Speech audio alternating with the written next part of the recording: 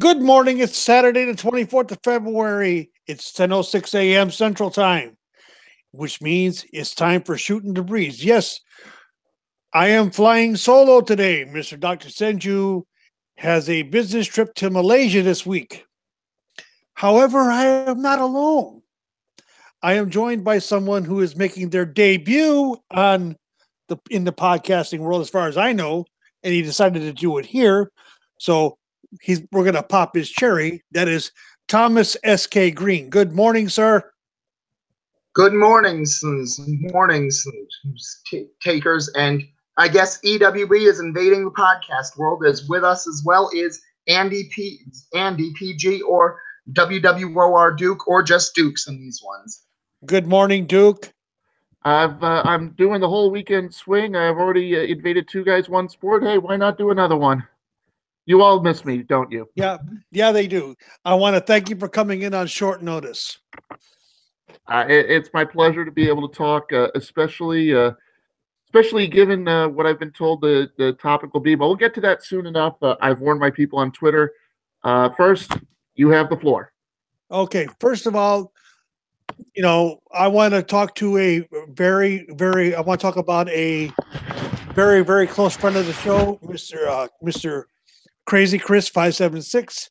He is currently doing a marathon stream on Twitch called The Hunt, and it has a lot to do with St. Jude's Children's Hospital and the cancer center there. As of current notice, I talked to him this morning. As of yesterday, they have raised over $20,000 for St. Jude's. Please go to Twitch, follow the story, donate to St. Jude's if you can. Cancer is a disease that needs to be eradicated from this world. My wife herself has had it twice, two different types. She had cervical cancer when she was in her 20s, and in her late 40s, she suffered from cancer of the voice box and vocal cords. She has defeated it twice. My mother, however, had lung cancer and lost her battle. My mom's stepdad or grandfather had lung cancer. He lost his battle. The grandparents on my dad's side, one had brain cancer. The other one had colon cancer. They lost their battles. My father had lung cancer and won. He passed away in 2016 from complications from dementia, but that's a whole other issue. But please, people, find your local cancer society, the American Cancer Society, donate, hang the purple ribbon. That is for all cancers around the world. Hang the purple ribbon, please. Please. Cancer has touched me enough. I don't need this. Chris is right. Fuck cancer. Fuck cancer. It needs to be eradicated. And that's all I got to say about it. With a cactus. Yes. Shit. Fuck them with sandpaper condom. Fuck cancer with a sandpaper condom. Should we be telling people to fuck cancer? Cancer should be unfuckable. Cancer should be forever alone. Mm-hmm. Oh. Damn it. Okay, folks. We are here today to discuss Black legendary wrestlers. Yes, February is is Black History Month, and is something that needs to be addressed. It is a subject that has very, very little coverage as far as I'm concerned. There's been some very, very great Black wrestlers in the history of wrestling, and they, in my opinion, they don't get their due. And we'll start talking about the first one we're going to talk about is Sailor Art Thomas. This is a man that was born in 1924. He wrestled during the time of Jim Crow, but yet became a world champion in WWA at one point, which is the I believe is the wrestling association in no, it's actually from Indianapolis, Indiana, which Dick the Bruiser owned. That's probably the thing on this one, because I'll admit I didn't know much about Art Thomas, and when you mentioned him, I was trying to do research on him in Wikipedia, and there's almost nothing there for such an important performer. Heck, I thought that WWA was the Los Angeles territory. Well, WWA was a Los Angeles territory at one point, and then it was also a Indianapolis territory owned by Dick the Bruiser. Yeah.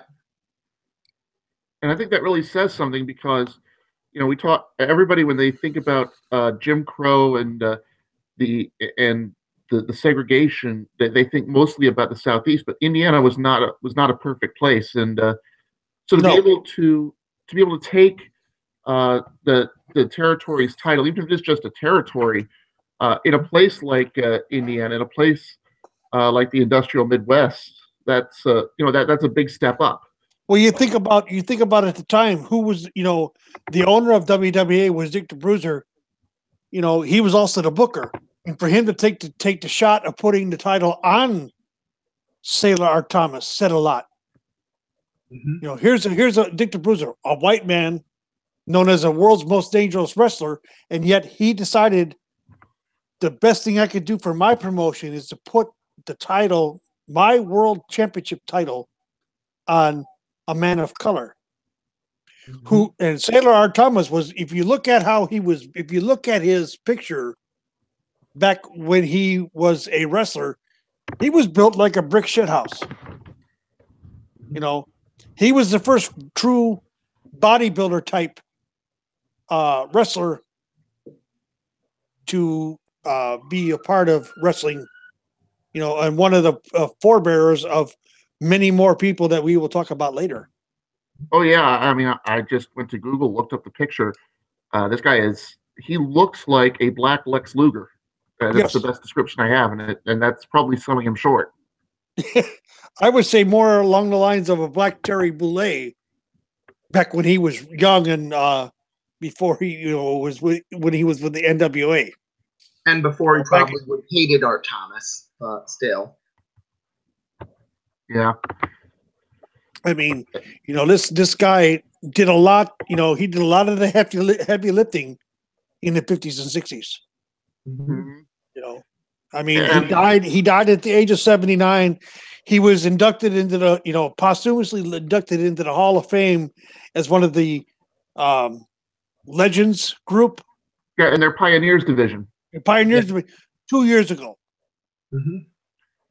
That was long overdue, as far as I'm concerned. He should have been able to accept his induction himself.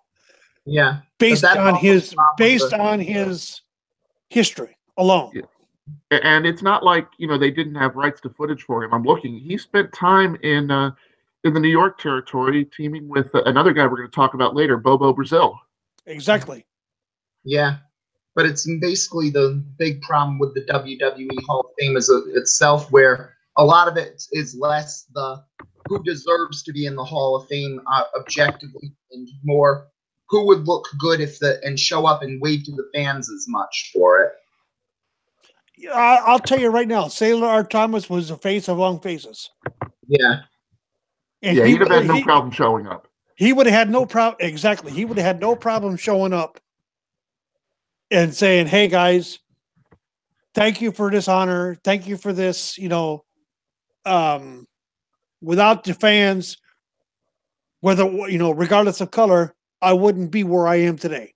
Yeah, and the only thing I'd say is that as a defensive, not putting him in the problem with that is the Hall of Fame was a private ceremony in the 90s, and by the time they revived it, he had passed away. So yeah, it was just a matter of bad timing. Mm-hmm.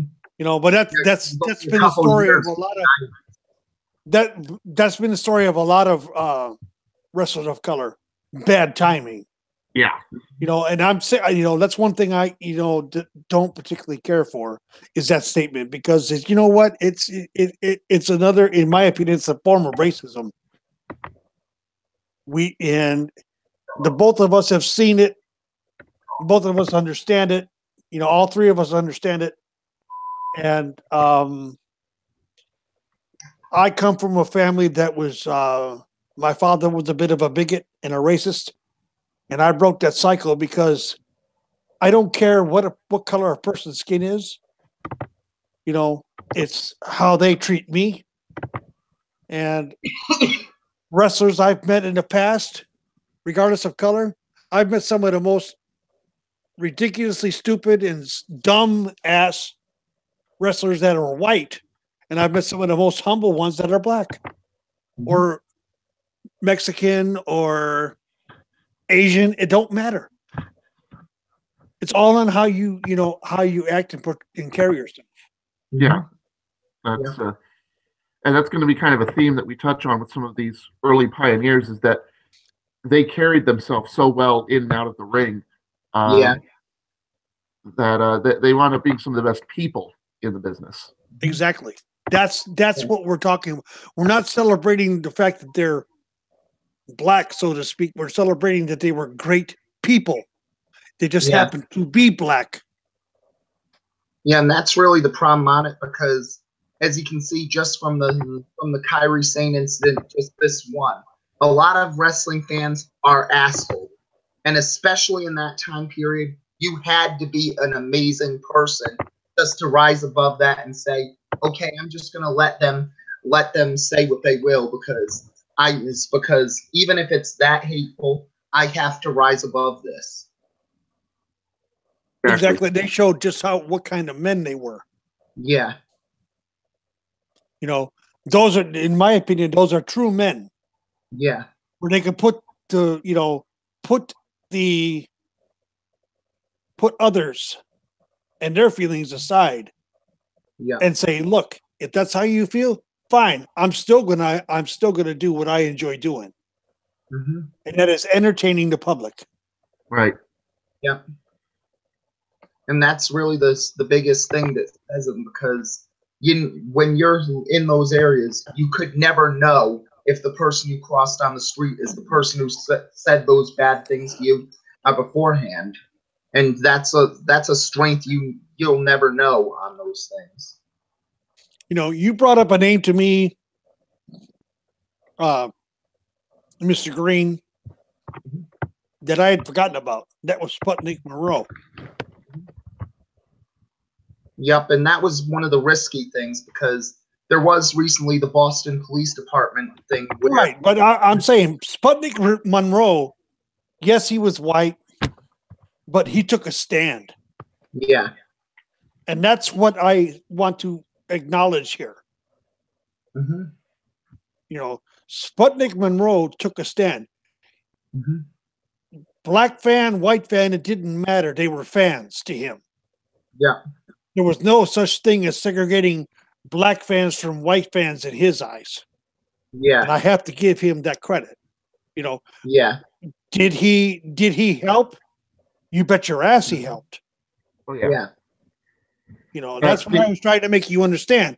He helped forward, help move forward the black wrestler by stating by doing what he did. Yeah. You know, and part of the reason that mentioning him, we're sort of the reason that we were going back and forth on mentioning him, by the way, is along the lines of people acknowledge that Branch Rickey was instrumental in breaking the color barrier, but if Jackie Robinson didn't stand up to the death threats and the hatred, it wouldn't have mattered. Right. Yeah. And it's like, and it's like Red Auerbach, that was the whole issue you brought up to me, was Red Auerbach. Yes, he hired the first African American coach. Mm-hmm. And he had the more integrated team at one point. And yes, Boston police, the Boston PD, got shot the hell down for what they talked about. Mm-hmm. All they were doing, they were not trying to make Red Auerbach better than Bill Russell. No. than Bill Russell. No, they were saying what he did was important. Yeah.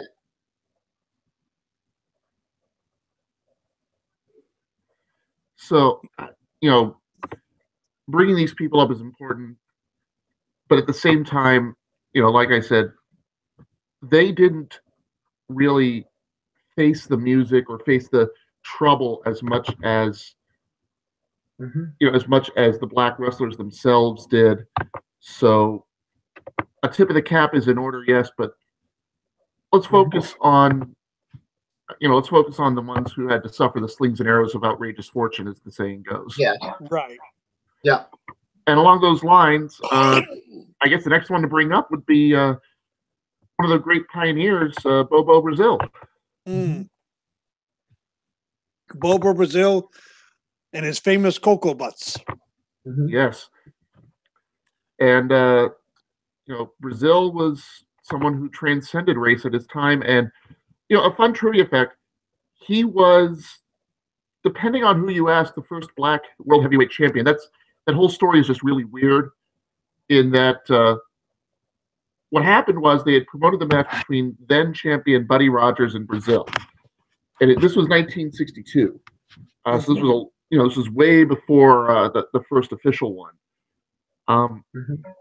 Rogers claimed to be injured and refused the match. There was Rogers, Nature Boy Buddy Rogers was a known racist. Yeah, there's that too. The doctors checked him; they didn't see anything wrong, so they gave Brazil the title by forfeit. The only thing is, Rogers won the title back as soon as possible. Right. I'm gonna stop it right there. This is the NWA World Championship. Yeah. The quote unquote true World Championship was given to Bobo by basically forfeit. And if you check the records, there is really nothing there about it, which is, in my opinion, is a sad state of affairs. It's not acknowledged by the NWA. Well, that just makes it one of those things, which is the problem on that one, because it's basically a Dusty finish before Dusty Rhodes was a booker. I mean, that's kind of what it comes down to, is that he didn't win the title in the ring. He won it by forfeit. In the very next match, Rogers got it back. So right, only because Rogers was told either you get in the ring with him or you're going to be banned. Yeah, it's and that just shows sort of the politics of the time, and that they tried to, and things just didn't work out, which is very unfortunate because, as we've been saying, Bobo Brazil was somebody who was popular across all races. Was someone who he headlined shows not just with Ernie Ladd, but with people like Abdullah the Butcher, Johnny Valentine, Killer Kowalski, the original Sheik. He was also popular with Dusty, with Bruno. Yes. Him and Bruno had some great matches in Madison Square Garden. Exactly. Yeah. There is one story I would like to tell. It's one of my favorite stories about it's nominally about the Sheik, but Bobo plays an important part in it. The two are going to have the main event in St. Louis, and the booker of the arena was one of those, shall we say, Jim Crow types. Sam Mushnick, but anyway. Okay. Who put chicken wire between the white fans and the black fans. Well, yes. Brazil saw this. He was upset. He told the Sheik about it, and the Sheik had an idea. And this is something that only he could have gotten away with. Before the match began, he stormed into the crowd. Nobody's going to stop him because he's the Sheik. What are you going to do about it? And the original Sheik was considered totally insane, but that's beside the point. Yeah. Yanked the chicken wire down so he could use it as a weapon during the match, and incidentally integrated the crowd. But I'm sure that was just a side effect. Yeah. That's how it was portrayed, but we all know the reason why. Yeah. And for Brazil to say, I don't like this, I want something to be done about it, and for the Sheik to say, oh, I think I can get away with this, that's it's a tribute to both men. Yeah. Yeah, well, the Sheik respected Bobo. Everybody, no kidding. I'll bet you anything. I'll bet you a year's salary that I make. That if you ask Triple H if he respects Bobo, he would say yes, he does. Well, of I wouldn't course. doubt that for a second. Yeah. That's one of the things on it. Heck, it was said as one of the many things that should come up in a discussion about race and wrestling of Vince McMahon being a complex individual, that Bobo Brazil was one of his favorite wrestlers growing up. Yeah. And other things Brazil did. He was part of the first ever mixed race, for lack of a better way to put it, match in Atlanta. Now, granted, it was two black guys against two Japanese guys, but it counts. Yep. When you talk about Bobo Brazil and the thing and his popularity, that brings up another name, James Dudley, his manager. Yes. Yeah. A lot of people give James Dudley a hard time. They say, "Oh, he was just a limo driver." No, don't give me that crap. He was the point man in a lot of arenas, and he was also the guy who helped hype up the crowd for when Bobo Brazil came out. He did a lot more than just drive Vince Sr. around. And I think that it is one of the great slanders of our time that James Dudley is not given credit for what he does. Yeah. Yeah, he belongs here absolutely for being the first black promoter of a major city when he promoted Washington. Yeah, Capital Wrestling would not have been as big a deal as it was, would not have been in a position to merge with the Worldwide Wrestling Federation if not for what James Dudley did. Exactly. So along these lines, that was one of the most popular acts of the 60s, was James Dudley coming out, waving the towel, firing up the crowd, and Bobo Brazil comes in, and the two of them get the crowd behind him. Bobo does his thing, hits his headbutts, everybody cheers. There's something to be said for a great babyface, and that's what that pair was. Yeah, Bobo was one of the purest baby faces that was around.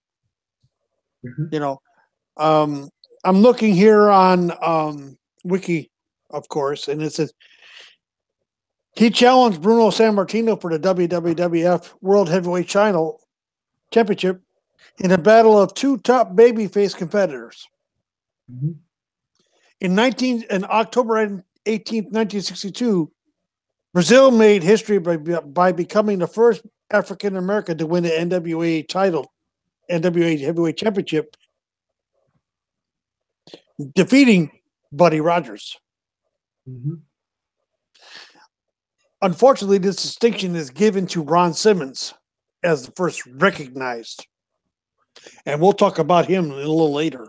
Yeah, Ron Simmons. Nothing against him. He deserves distinction. It's just that the insanity of the politics of the NWA robbed Bobo Brazil of what was his rightful distinction. Yeah, it's a shame because Dr. Dre and Ice Cube did not deserve to be the first champions in NWA. It was Bobo Brazil. That's right.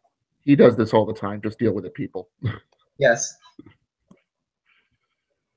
Let's move on, shall we? Oh. We mentioned his name. Ernie Ladd. Oh yeah. Nicknamed he was known as the Big Cat. And he was huge. He was he was 6'9", 315 pounds. And people talk all the time about how there are crossover athletes, about, everybody knows about how football players tend to make good wrestlers. He was one of the first to try it. Yes, he was. Well, he was part of the group of, let's see, Terry Lasowski, Dick Aphelis, Wahoo McDaniel. Oh, yeah. Ernie Ladd. There are four professional football players that crossed over. They did it in the off season. Well, I know Lasowski and Aphelis did it. And for those of you who don't know, Terry Lasowski was the Crusher. Dick Aphelis was Dick the Bruiser. One of the top tag teams in the AWA back in the day. Oh, yeah. Oh, yeah. Yeah, their battles with Dusty Rhodes and Dirty Dick Murdoch. Oh, I saw one at the Chicago's International Amphitheater. Yeah. Now we're talking my time. This is like 1974. I was hoping I'd set you up for that one. Oh, I got to see a match with those two, and oh my God. I was sitting, 40, maybe 30 rows from ringside, and Dick the Bruiser hit Murdoch in the mouth, and I could actually hear teeth clicking all the way up there. It was a stiff match with those four. Always was stiff. Yep. And getting to our main focus with Ernie Ladd, I mean, not to go against them, but it's kind of weird how it all started. It all started basically as a it's sort of a one of those things that wrestling does, is try and get attention from the mainstream. The San Diego territory invited a couple of Chargers to come out and say, hey, why don't you try to do what we do? Ernie Ladd accepted, and he took to it, and he really was so good at making that transition. Yeah, and it's going to be more important on this one because of the fact that Ernie Ladd, with the news that Rob Gronkowski is trying to be signed by the WWE right now, Ernie Ladd was the last really big deal in pro football to jump to pro wrestling. And we've seen a lot of players who've jumped to pro wrestling, but usually they're practice squad guys, they're CFL guys. They're not really big, even starters for it. It says something that Tino Sabatelli would be one of the biggest stars to come in, and he was basically a bust for the Buccaneers. Yeah. With Ernie Ladd, he was a big Hall of Fame level NFL player in his absolute prime who was wrestling on this one. And that also was a big deal. I mean, for people of our age, Thomas, normally it's, somebody after their football career like Steve McMichael, or someone doing doing it to stay in shape in the offseason like Kevin Greene. But you look at Ernie Ladd, somebody who, made that transition after having knee issues. Mm-hmm. And you look at the stuff he was able to do. And by the way, some of the great heel tactics that you associate with other people, Ernie Ladd invented. You talk about, for example, Bob Orton Jr.'s infamous 15-year broken arm. Right. Well, Ernie Ladd claimed that he had a hand injury, so he'd tape up his thumb and use that to gain the advantage. Well, shit, isn't that where the Samoan spike came from? Yeah, the old Asiatic spike came from what Ernie Ladd would do. Slam that thumb into somebody's throat. Mm-hmm. And the other one, the one that I was actually surprised to learn, was that he invented the "screw this, I'm out of here" finish. Mm-hmm. Yep. Yeah. Yes, he did. Mm-hmm. Yes, he did. I can remember watching him as a kid on TV when I was, 7, 8, 9 years old. And Ernie Ladd was wearing the crown back then as the king of wrestling. It's out on YouTube. You can find it. It is there. And he would tell Sam Menaker, who is a legend in his own right, that Mr. TV announcer, I am the king and you will bow down to me, blah, blah, blah. Listen, I remember that like it would happen yesterday. That's the kind of impact Ernie Ladd had on my life. And that's the kind of impact he had on the business too. You mentioned stuff like that. First thing came to my mind was, Harley Race's brief run in the WWF. He took a lot of influence from that. Yep. Yes, he did. Well, you think about it, Ernie Ladd was a booker in Mississippi. Mm-hmm. And he took a risk on somebody, which we'll talk about later, but he took a risk on somebody. Mm-hmm. And put the belt on him in Mississippi, the heart of Southern racism. Yeah, still a place, still not a place you want to, well, I don't want to, anyway, the point is, it still has issues, so I can only imagine how bad it was back then. I mean, even in Chicago, you still had it. Yeah. Even Chicago all around. People don't realize a lot of the racist stuff on it. Like just the thing we went through with Auerbach earlier. people don't remember how big a racist city Boston is, for example. So it's even in the Northeast where people think it's progressive. And I hate to say this. The only reason a lot of people think Boston and Massachusetts is progressive is Ted Kennedy. Yeah. I could buy that. Yeah. And looking over Ernie Ladd's Wikipedia page, because unfortunately, you're gonna have to bear with us, listeners. We want to do them justice, so we're doing research as we talk about them. There were people even in the 70s and 80s that Ernie Ladd helped make.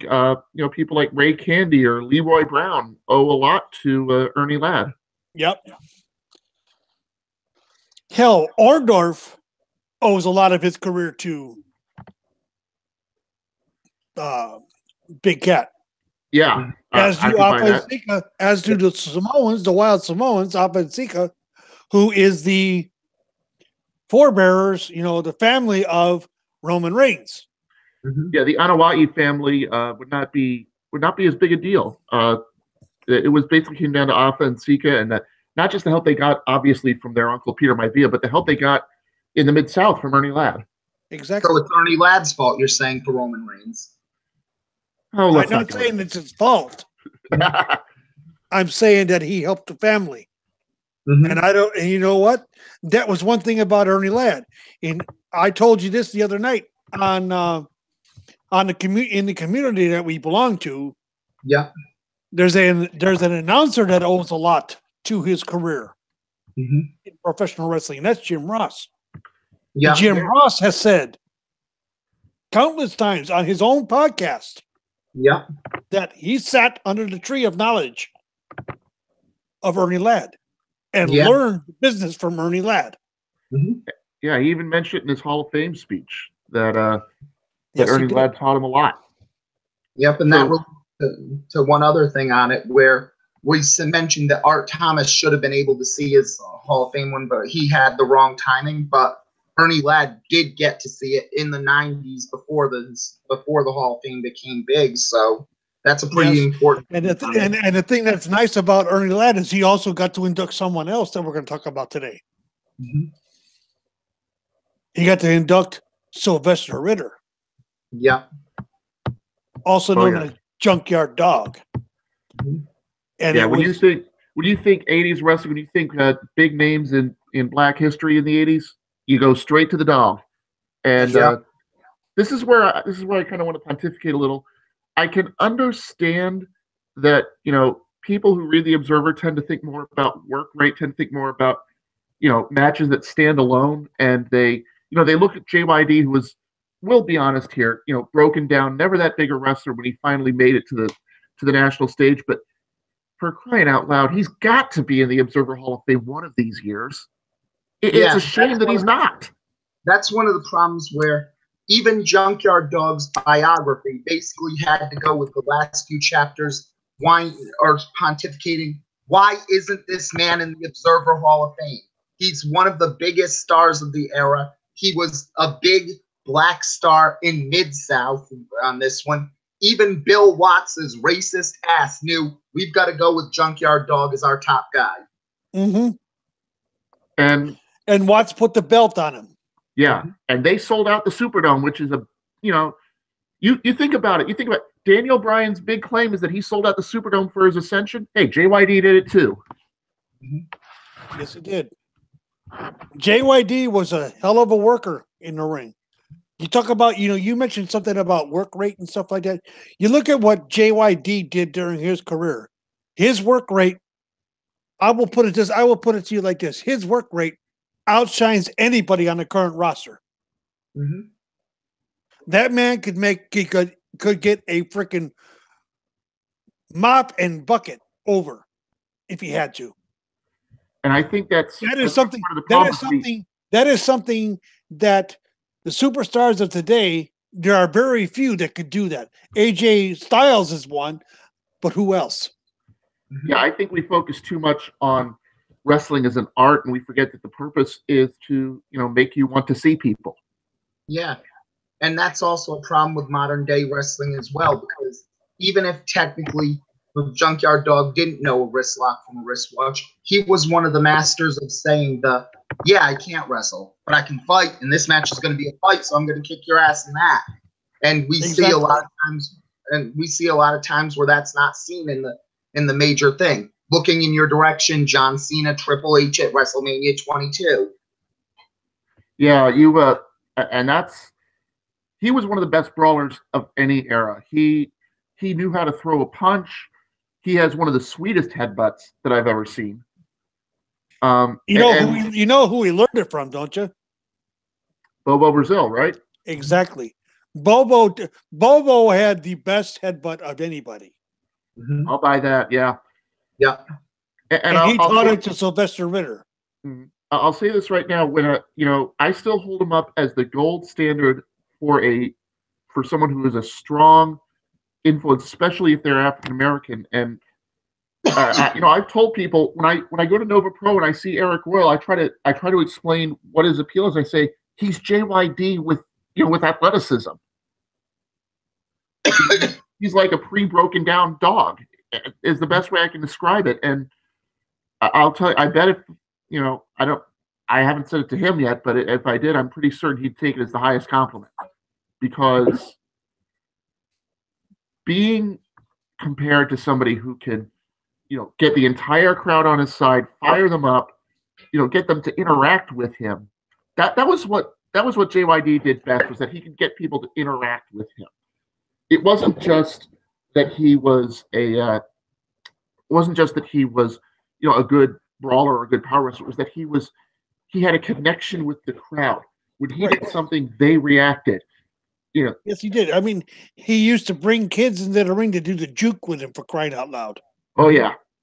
Okay. You won't see that today. Yeah. Because they've forgotten about connection on this one. And I've said it before, if they had Bret Hart made his score of look, charisma, and talent. And I've said my way would be look, in-ring charisma, promos, talent, and connection. And connection counts double because there's too many 5-tool players on the sport, and you can see they're 5-tool players, but they don't have that 5th tool. Does the audience give a shit about them? Yeah. Here's I hate to bring this up. I know, and the thing about it is that Bayley doesn't have the connection with the fans on the main roster she had in NXT. Mm-hmm. And that's basically because in NXT they told her entire story. We saw her rise from the bottom to grow up on this one, and then when we saw her grow up, we saw her as the dominant woman there. And then when Asuka became big, we saw her have to see some adversity on it and try to crawl back to the top and get to that one. And then we saw Asuka beat her again and find out no matter how hard she worked, she's just not as good as Asuka, and she probably never will be. We saw everything except she wins the women's title on the main roster. And as a result, once she won the women's title, that's it. Her story was over. And you can only go so far on story. Eventually, you have to have a character to go with it. And that is, bringing it back to the dog. That's one thing he had was character, was this, like I said, this ability to reach out and join people. And, a very underrated part of that. And I know, rightfully so, Michael Hayes gets a lot of credit for starting this and pioneering it, but JYD knew how to, get people fired up from his music. Yes. Everyone remembers Another One Bites the Dust, or they'll remember Grab Them Cakes, depending on when you first saw him. That was his music. Another One Bites the Dust. That was his music. Yeah. When he entered the ring. And it is a miracle you found a good, positive way to mention Michael Hayes in a discussion of black wrestlers when he's notorious for being the booker who decided that you don't need to give a black wrestler a gimmick because being black is their gimmick. And that's about the only nice thing we'll say about Michael Hayes today in this discussion. Yeah. One more note I noticed. If you get a chance to watch a JYD match, or you get to play him in one of the WWE video games, take a close look at the big thumb. He lifts the guy up, and he throws him down forward. Does that sound familiar? He basically invented the world's strongest slam, but he didn't need to put over that he was a bodybuilder to do it. He just had that power to make it believable. Yeah, he did. He was one of those that could power slam you through the ring without putting you through the ring. Mm-hmm. Exactly. And we talk about how Ernie Ladd invented a few things. Well, JYD is also someone who invented probably one of the weirdest angles that you see on a regular basis. In 1982, he was pinned by the Rat Pack, Ted DiBiase and Matt Bourne, and had to leave Mid-South for like 2 months. Well, around that time, a guy started showing up under a mask known as Stagger Lee, who looked awfully familiar. Stagger Lee was one of his characters. Exactly. And so when you look at stuff like the Midnight Rider or the Yellow Dog in WCW or Mr. America, that's also a tribute to JYD. Johnny Gargano for this week too. So since we all know he's going to be coming back under a mask, I really hope so. That would be fun. Why not bring him back under a mask? Mm-hmm. You see that things just keep going around in circles. What's old is new again. Yeah. Also, by the way, I like I said, I'm reading Wikipedia. I'm doing this. This is a big deal for JYD. The first ever pay-per-view main event was JYD against Randy Savage in the finals of the Wrestling Classic tournament. Yes. Now, granted, it was not advertised ahead of time because it was a one-night tournament. The advertised main event was Hogan and Piper having a showdown, but they went on last, and JYD won it. Mm-hmm. Yep. And when it comes to personal memories of the dog in the WWF, I have to point out WrestleMania 3. I loved the feud he did with Harley Race. It's a shame that neither man could go in the ring anymore at the time that it happened. Injuries had caught up to both men. Because you put that match on even 5-6 years earlier, it's a dream match. Mm-hmm. Yep, exactly. And it shows how good both guys were charisma-wise, that they still managed to make it so watchable on that one. Just remembering the match, you remembered the story of the match worked just as well as it could have been if they could actually wrestle during it. Absolutely. So that I'm glad we spent this time talking about him. He's a wonderful guy. Was a wonderful asset to the business. Gone too soon. It's unfortunate. Yeah, he was young when he died in that wreck. He was under 50. He was younger than me. He was 45. Heck, it was even said before he died on that one. I thought I heard a what if was that he was close to signing with ECW when he died in his wreck. So yeah, he was. And that would have been an interesting I honestly believe that if he signed with ECW would still be around. Mm-hmm. Because he had a knack of booking as well. Yeah. It's possible, but then again, Paul Heyman was never good with money, so that was always the deciding factor there. Yeah, plus there's the fact that all the things that made Junkyard Dog such a great brawler in the 80s and stuff, and by the time that he went to ECW was the king of turning you're a good hardcore specialist into you're a good brawler. So he could have helped him out charisma-wise, but he just wouldn't have been a good fit in the ring. Probably I'm not too sure. I'm not too sure about that. I mean, when you look at JYD, there were people in ECW that I think he would have matched up very well with. And the first thing that comes to mind for me is Bubba Ray Dudley. Mm-hmm. I would have loved to seen those two go at it. And a lot of how about this one? How about JYD and New Jack? That would be interesting. New Jack is one of these guys who's just crazy enough to work with anybody. Well, he's crazy. Let's just leave it at that. Yeah. But that would have been a heck of a series of matches. Oh yeah. We might not be talking about Tommy Dreamer being the even if face that can't get over, can't win the big one. It could have been JYD. Yeah, but even beyond that one, just think of the moment when Raven returned to ECW on their first show. If Oh, Dreamer yes. and Junkyard Dog were a tag team, I'm throwing money Oh, at my God, but it's not happening. Yeah. Just take all my money. Just open my wallet and take all my money. I got a better one for you. Imagine if they had a tag team title feud of the Dudley Boys against JYD and Terry Funk. Mhm. Oh, God. My pants just went out the door.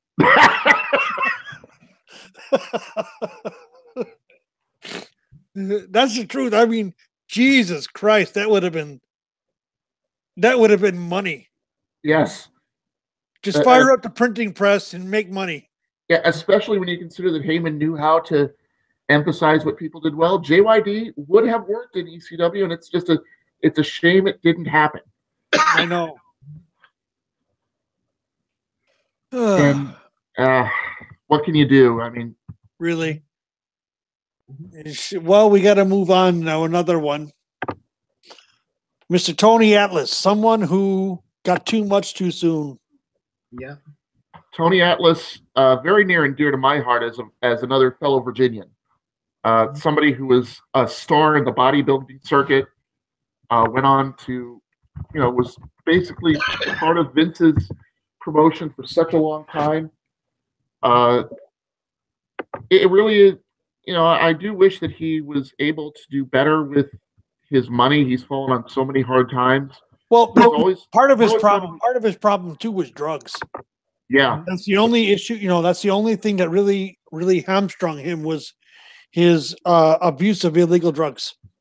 Not even just the drugs, because if there was anything on this one, probably one of the best wrestling stories that's just so what the hell on it was the Atlas was supposed to be the first WWF World Champion in the 80s and first black champion, but he threw it away because he had such a huge foot fetish.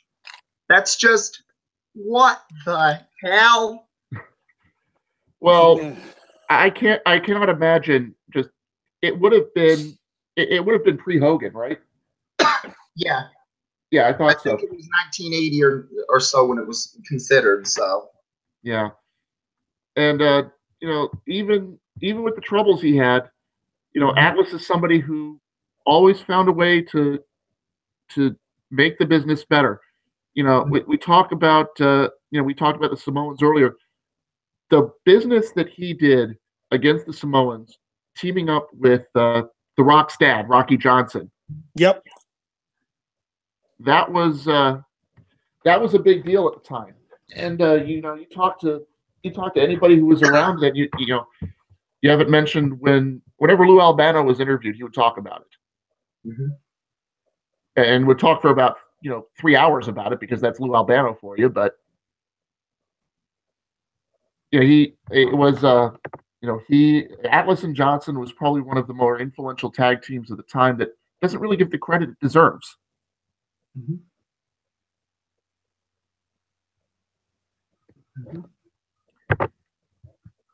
Go ahead.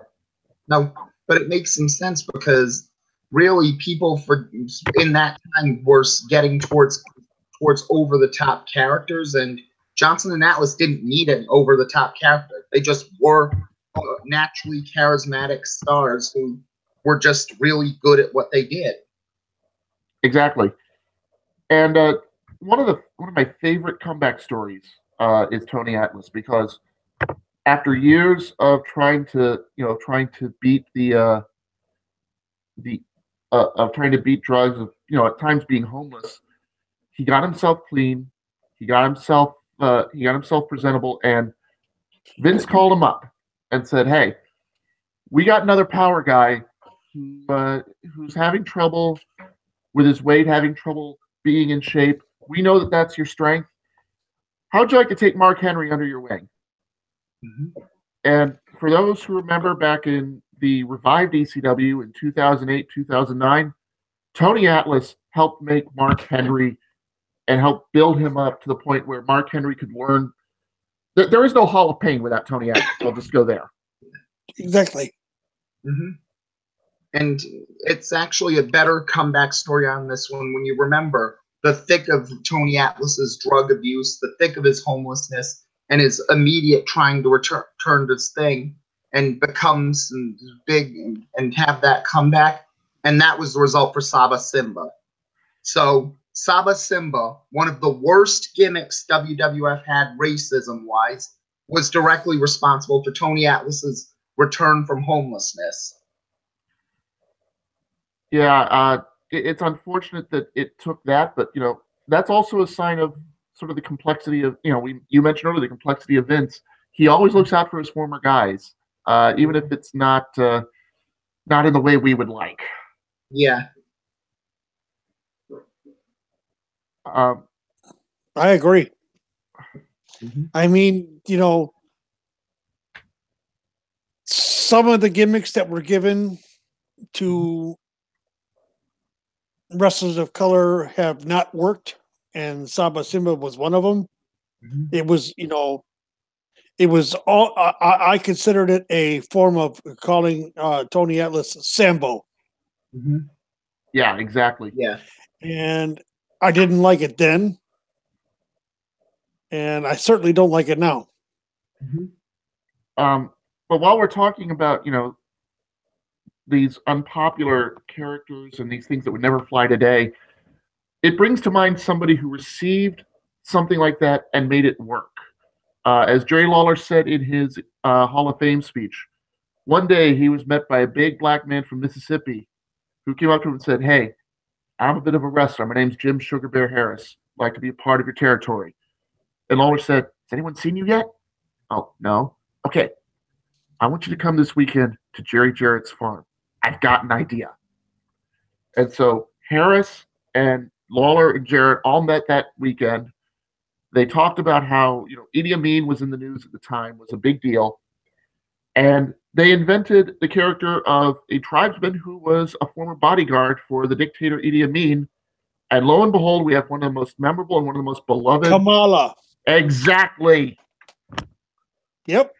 The Ugandan giant. Yes. Yeah. And it got over. It got over like you couldn't believe.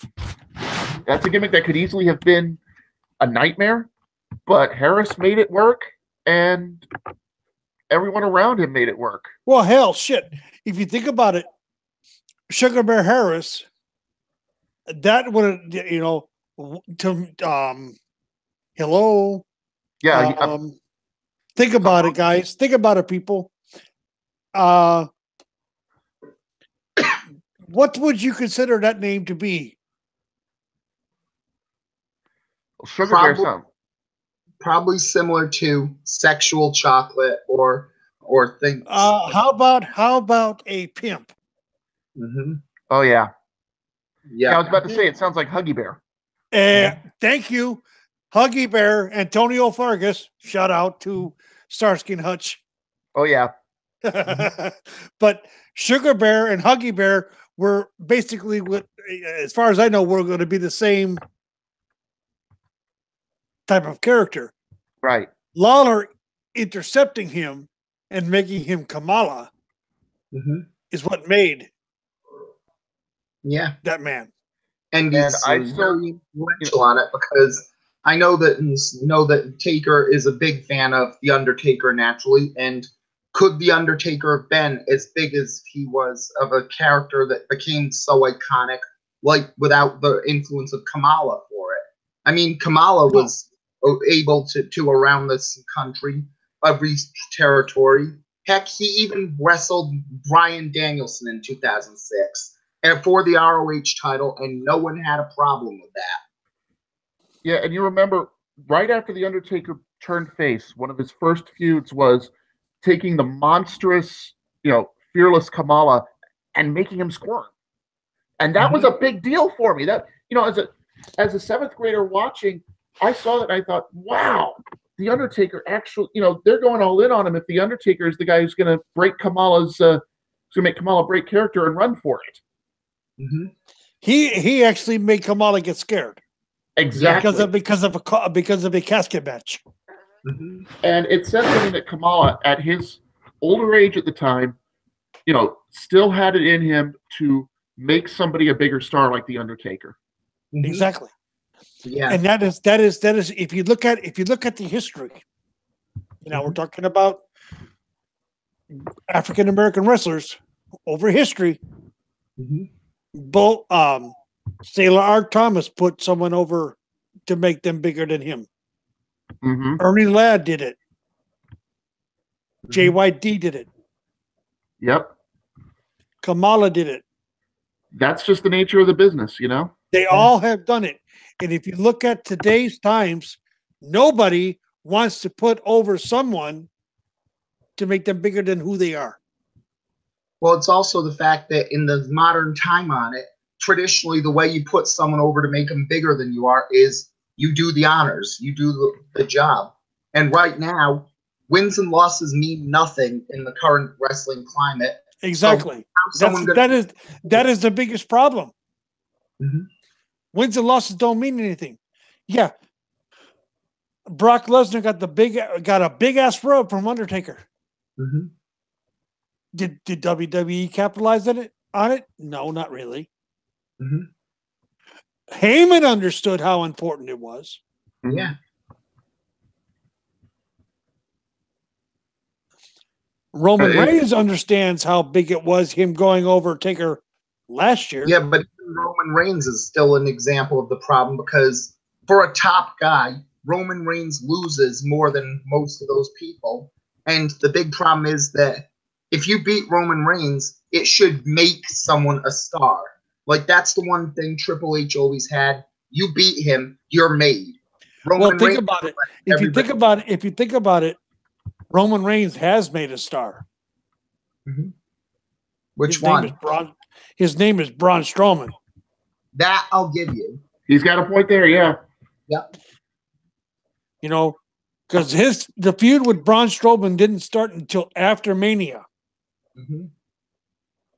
And Braun went over Roman several times, and granted, Roman looked like $1 million losing, but he also made Braun look like the unstoppable force that he's become. Exactly. And while we're on the subject, by the way, Jim Harris is going through very tough times right now. Diabetes has wrecked his body. He had to spend time on life support as recently as November.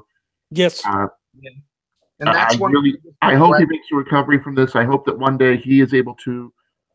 I mean, it would require, in some ways, mending a few fences, but I hope someday he's able to attend his Hall of Fame induction.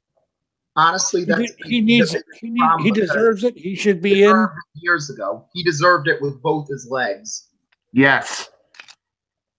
Yeah, it's too bad. That you need something like that. You need to honor people like that, and the fact that it didn't happen is it's a shame. Yeah. That doesn't say much for our society today, does it? Yeah. Yeah.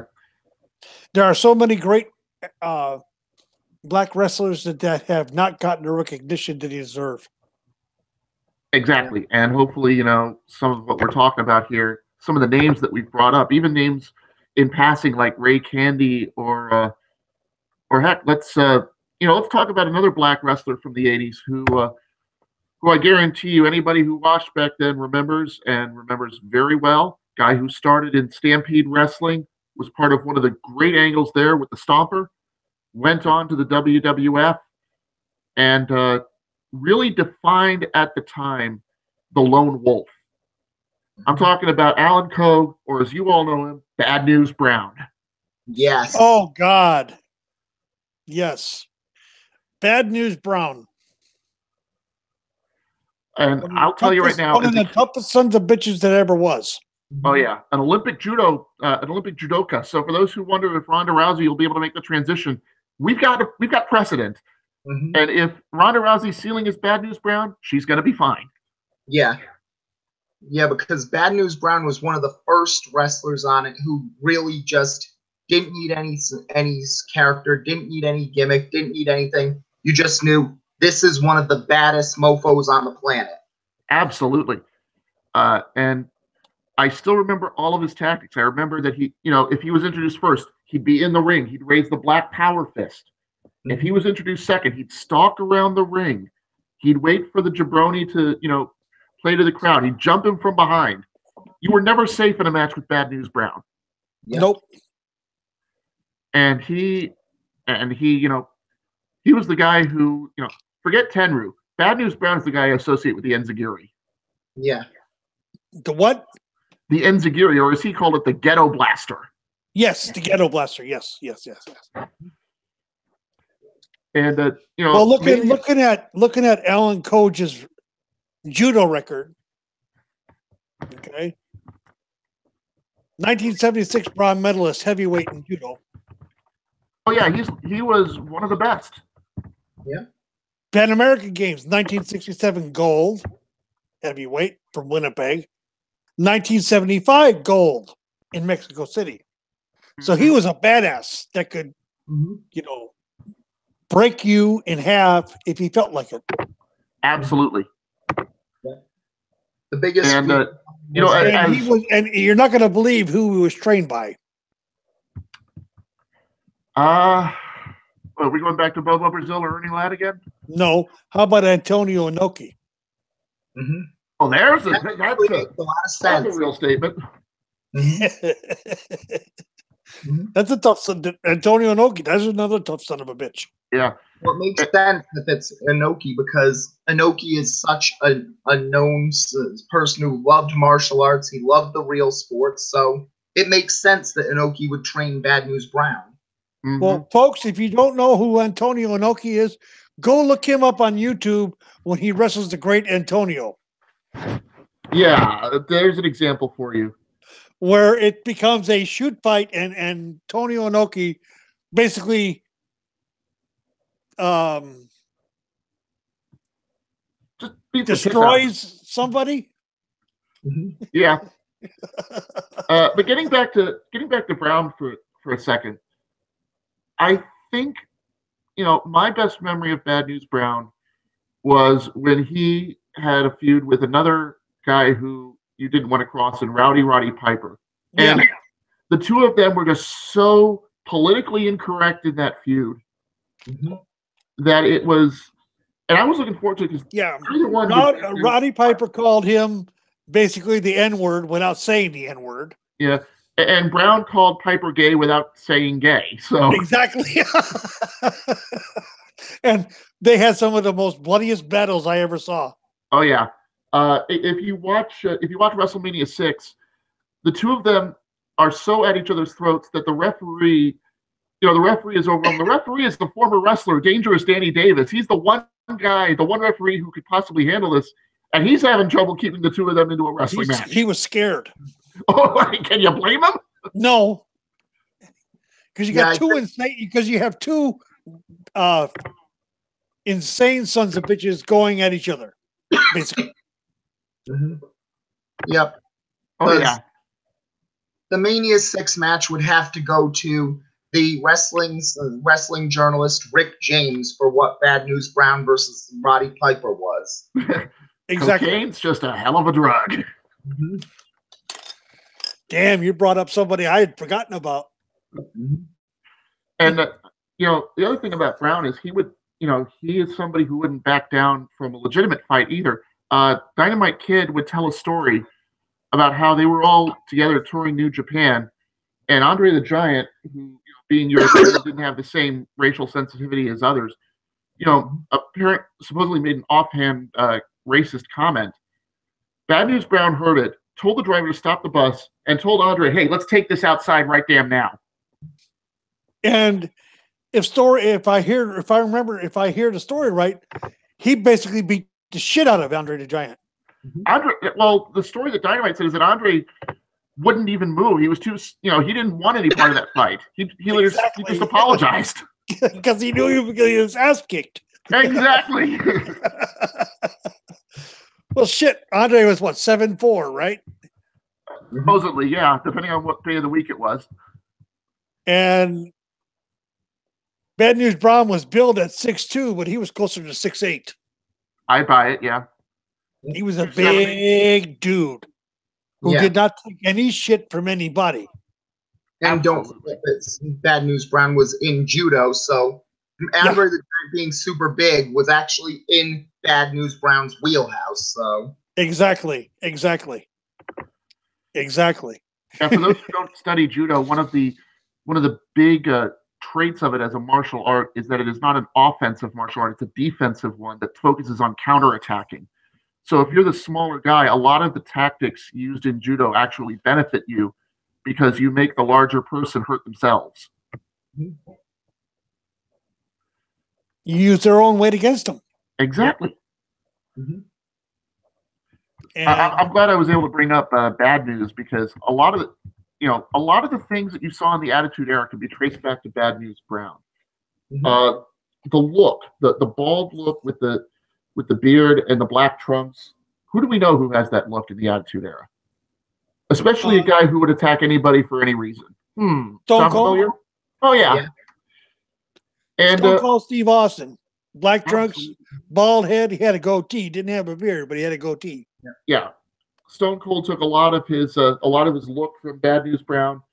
The Nation of Domination. Can you imagine? No disrespect to Ron Simmons, but can you imagine if Bad News was a part of that Nation of Domination? Even he would have been 50 at the time. Who cares?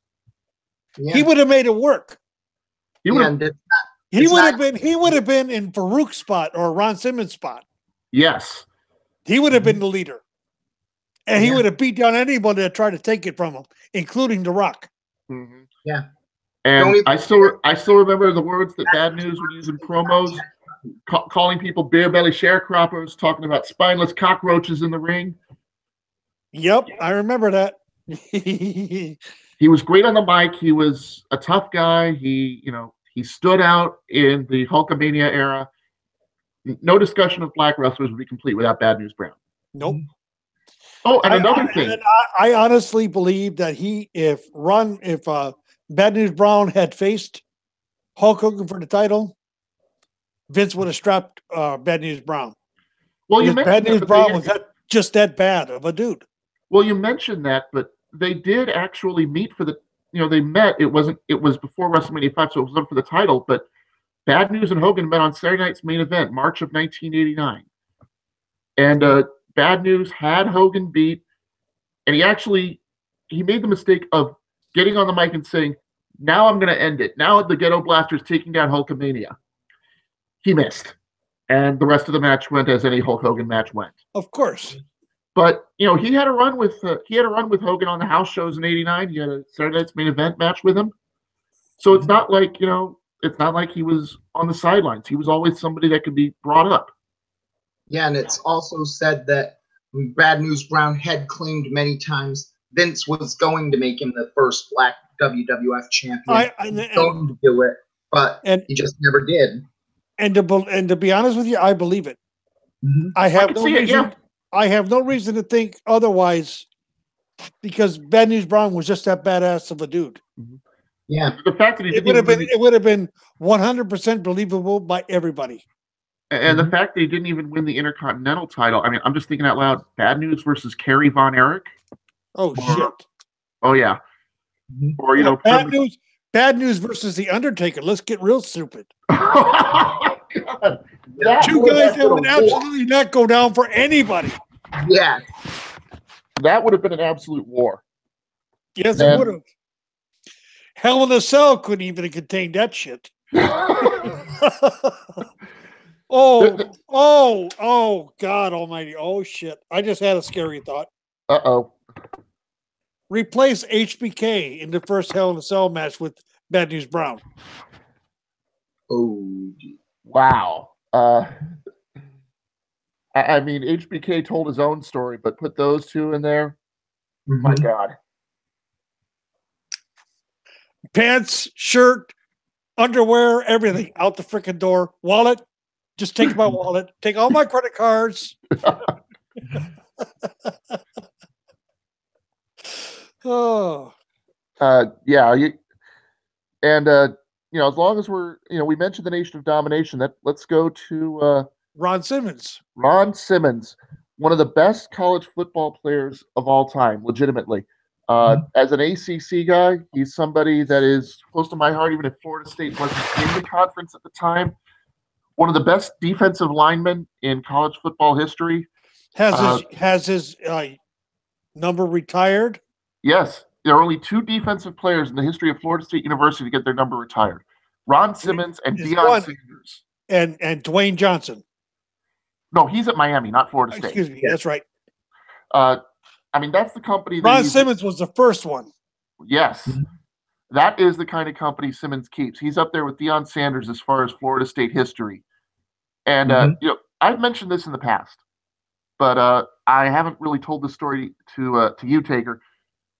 My dad was able to take a Monday off, and we heard that there was a WCW show up the road in Baltimore, a couple hours from where I live. So we went up there. It was a nice night in August. You know, it's summer vacation. Why not? And you know, they're running the Sting Vader shows around the Horn, or that was what we were told. Well, Sting came out earlier, and as he was hyping it up, Jake the Snake Roberts came from behind and basically beat the crap out of him. Well, great. Now we don't have a main event. What the hell are we going to do? Vader wants the night off. Harley Race wants him to have the night off. That's not going to happen. The commissioner comes out, pulls a name out of a hat, and it's Ron Simmons. So, okay, that's great. Let's give him a shot. And, you know, Dad's saying, well, this is a nice thing, but I bet you that he wins by DQ because there's no way they're changing the title with no TV cameras around. He didn't realize there were TV cameras around. And that night, you can still see this match on YouTube if you look for it. Those two threw each other around the ring. It was Ron Simmons and who? And Vader. Okay. Those two threw each other around the ring. They pounded each other. And on that night, August 2nd, 1992, it ended with Ron Simmons, one of the great displays of power I've ever seen in person, giving a power slam to a legitimate 450-pounder and getting the 3 count. And WCW is led by a black heavyweight champion. And it's amazing that, you know, WCW out of Atlanta beat Vince McMahon to the punch on that one. And that's one of the first few, ones on the short list of house shows you wish had been televised. I believe, to be perfectly honest with you, that match or I believe it was a Great American Bash where they had the same exact match. And Simmons won. Mm-hmm. It's on the network. I know it's on the network. Yeah, he got to defend it in the rematch too. Before they put him against people that really he didn't mesh up with. I mean, Simmons' title reign was not all that impressive, which is unfortunate. No, because they didn't put him. Let's see. I mean, they did give him a couple of runs with Cactus Jack, which were some really fun power matches, but on his first real pay-per-view title defense, they had him go against the Barbarian, for God's sake. Oh, here it is. Here's the story on it. Matter of fact, I'm looking at it right now.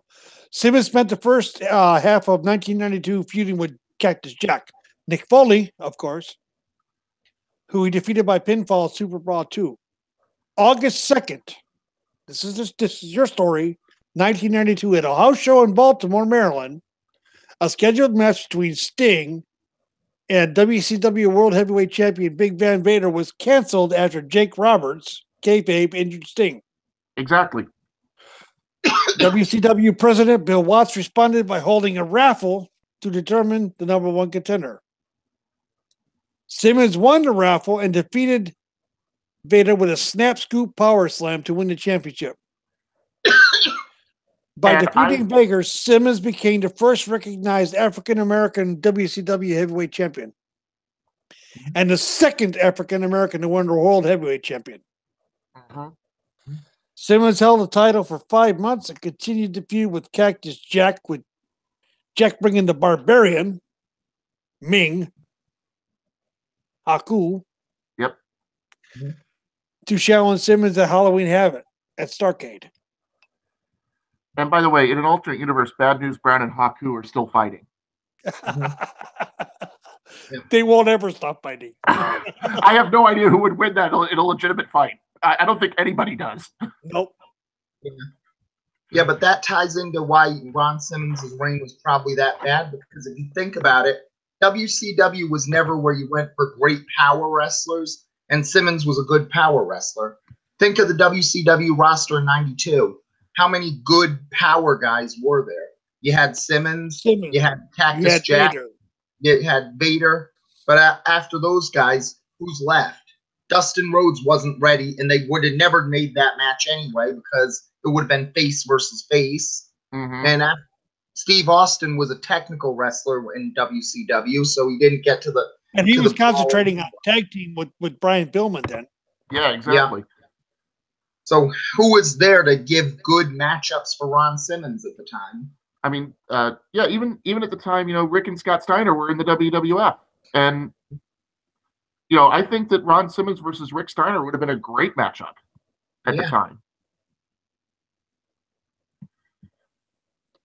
But yeah, it goes on to say here that December 30th of that year of '92, Vader regained the title. Right. But well, there is one other person that he went basically 4 months as champion. 4 or 5 months as champion, and really, it's unfortunate that there was nothing else. There was one other person who was in WCW at the time I think would have had a positive influence, and that would have been the leader of the Dangerous Alliance, Rick Rude. If those two had faced off, knowing what we know about Rude, and not just how strong he was, but how much he understood timing and psychology. Well, I think he was supposed to face Rick Rude. Oh, okay. Yeah, it says that the Barbarian, let's see, Jack bringing the Barbarian to challenge Simmons at Halloween Havoc at Starrcade. Simmons was scheduled to wrestle Rick Rude. Well, there we go. Due to Rude being injured, he faced Dr. Death Steve Williams instead. That wouldn't have been too bad. And there you go, two football guys who love to throw people around. I'm sure that clicked pretty well. Yep. But yeah, I mean, Ron Simmons, for those who only know him as the deliverer of the Ultimate Punchline or as a tag team wrestler with JBL, and let's be fair, that was a hellacious tag team. Simmons in the early and mid '90s was one of those guys that was always on the cusp of the main event and was very comfortable on the cusp of the main event. Ron Simmons started the Nation of Domination, and it started. I remember this angle as if it were yesterday. He was, he had switched over to being Farouk, to being a Black Panther type. That's what the Nation of Domination was. Yes, and we say Black Panther type. We don't mean the Marvel superhero. This was a vigilante group in the '60s. This was a radical group from the '60s. Right. And I remember, believe it or not, still exists today, but it's not as radicalized as it was then. Well, that's good. The bit that he did, I remember, and this was one of the better slow burn heel turns that just didn't take because of the people involved. He was challenging The Undertaker, who at the time was the champion, and saying, there's never been a black champion in the WWF. There's something wrong with this. I don't like it. The WWF is not a place that's welcoming for black people. Its fans are not welcoming for black people. We have to change this. And that was supposed to be heel talk. Then they go to Ahmed Johnson. And Ahmed Johnson was Bill Watts' pet project at the time. And was honestly a very popular person. And Ahmed would say, well, I don't like the way he's saying it, but he's right, isn't he? There hasn't been a black champion here. Why not? Right. But Ahmed Johnson was made up to be an Uncle Tom. By Farouk and the Nation of Domination. That's right. Which I felt was wrong. Ahmed Johnson was one of those guys that, along the lines of Sailor Art Thomas. Mm-hmm. Definitely, you can see that influence. The big power wrestler that he was. Yep. Yeah. And it's almost a problem that Ahmed Johnson had the reputation he had as just bad on the mic, injured everybody, when he had a lot of positives in the time on it. Like, he was one of the first Haasas that had that intensity, and the intensity is so essential for a good hoss to be a star. Exactly. And I mean,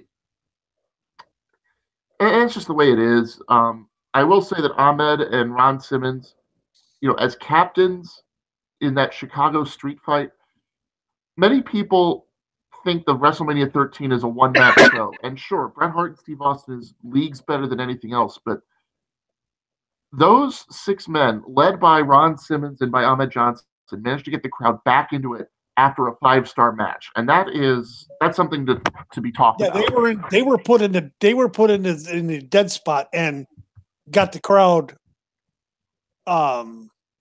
invested in what the feud was about. Absolutely. And that says a lot for what Ron and Ahmed could do. Yes, definitely. And that's a big deal. What was supposed to be a cool down match turned out to be a hotspot match. Yeah, and it's one of my favorite underrated matches. For 12 minutes, you just have everybody beating the crap out of each other with anything that's not nailed down. Well, as George would say, you got 6 men absolutely beating the shit out of one another. Yes, it's beautiful. And it wasn't just, they had D'Lo Brown and PG-13 hanging around ringside, Clarence Mason. It looked like a war. It looked like a gang fight. Yeah, it did. It absolutely did. And I completely have forgotten about that match until you just brought it up. Yeah, it was a great fight. There is something to be said for matches that have controlled chaos like that. Yes. Mm-hmm. It's not every day you find one like that. Absolutely. Yeah. And as George would say, that match was simple booking. Absolutely. Yeah. It's okay, guys. You got 12 minutes. Beat the shit out of each other. Here's the finish. Go. Exactly. That's what they need to do today is, okay, you got 15 minutes. Here's the ending. Figure it out. Exactly. And to believe it or not, I think, and you both may think I'm crazy, but I think we see it more in NXT than we do in WWE. To a degree, the only difference there is that NXT doesn't have as much of a house show circuit as the WWE, and that's one of the dark secrets of NXT is that when they know the takeover match, usually 4 or 5 weeks in advance, you spend all day at the Performance Center working out the kinks so that by the time the takeover comes, even if it is the 2 wrestlers' ideas, they're going through it like it's second nature. Well, I don't know if we could say that about the last man standing match or last woman standing match with Sasha and Bayley. That match, those 2 matches,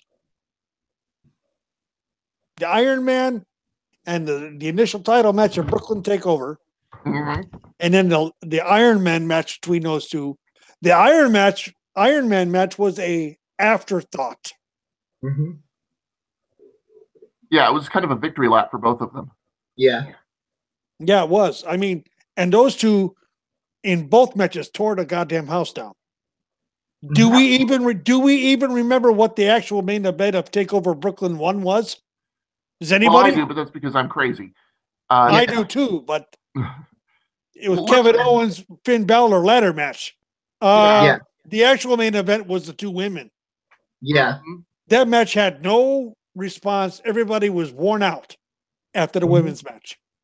Yeah, and that's also because of the fact that they did the right thing on that one, where people knew going into it, into the Brooklyn match, Bayley's winning the big one. They knew it because Sasha went up. They knew it because Charlotte and Becky had already went up. They knew there was no other way on this one. Bayley is finally going to win the big one there. And that's why it became so big. And the fact that they changed the Finn Balor win to Japan's show was the reason why it was. Because if Bayley and Balor both won the big one, both of those matches are memorable for it. But I have to say this about we're talking about Ron Simmons here. Right. One of the greatest tag teams he ever was involved with was the Accolades.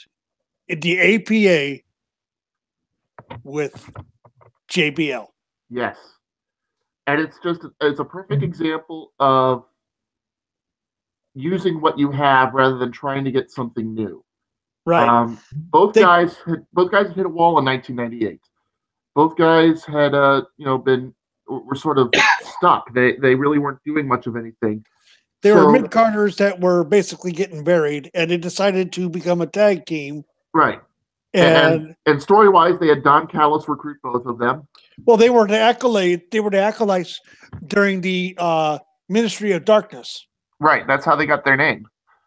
Mm-hmm. And then they just took it to another level.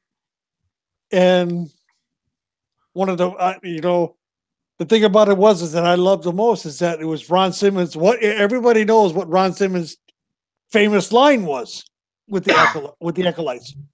Damn. Yes. It didn't matter whatever happened at the end. If he didn't say damn, it wasn't good. Yeah. And that was one of the, that's one of the things where the two played off each other very well. JBL knew how to talk people into the building, and Ron Simmons knew how to react in a way that put over what was just done. I mean, one of the greatest matches that I ever saw, and this was leading up to Raw 1000, was Heath Slater going out and challenging you to no disqualification, no count out match to anybody in the back, and Lita walks out. Yes. And she says, but I've got some additional protection, and out comes JBL and Ron Simmons. Oh, yeah. I was like, oh, this is perfect. This is absolutely perfect. Heath Slater is going to die for our sins. And at the end of it all, what does Ron Simmons say? Damn. Perfect. It was absolutely perfect on this one, because the APA also has some progressive natures on this one, where it was said by JBL and Simmons in speeches where Vince Russo wanted them to, the whole gist of their team to be Simmons is black and JBL's white, and both of them said, no, don't do that. We're good friends, and that's all it is to it. And they made sure they were that friends. Race didn't have any part in that one, and that's why it worked so well. Yeah, I mean, you never really thought about the fact that it was an interracial tag team while they're in the back, playing poker and smoking cigars, because they didn't act like that was such a big deal. They just, they were just a couple of guys who enjoyed each other's company and enjoyed the common hobby of beating the crap out of small people. Yeah, and that was the thing. And look back on Raw 25. Just recently. JBL and Ron Simmons were in the back. They had the door up. Yes. What were they doing? Playing cards and drinking beer. Oh, yeah. Like they always did before. Even now, they're still working the gimmick together. Oh, yeah. And, as long as we're talking about, interracial tag teams that, transcended their race, let's give a little love to Devon and Bubba Ray along these lines. Oh, yes. Yeah. I know that, pairing them together was was one of these jokes about Redneck America that Paul Heyman had. The original story, by the way, is that Bubba Ray and Devon were both were half brothers because their dad kind of slept around with everybody with a pulse in their town. Right. So their father was a wrestler who couldn't keep his willy in his pants. Basically. Heck, go into the further one, and WWE had hinted before that father was James Dudley. Right. Wow. Mm-hmm. Talk about taking a coincidence and running with it. Yeah. The two of them, all the way now to the Hall of Fame. Oh yeah. And rightfully deserved for both of them. Absolutely.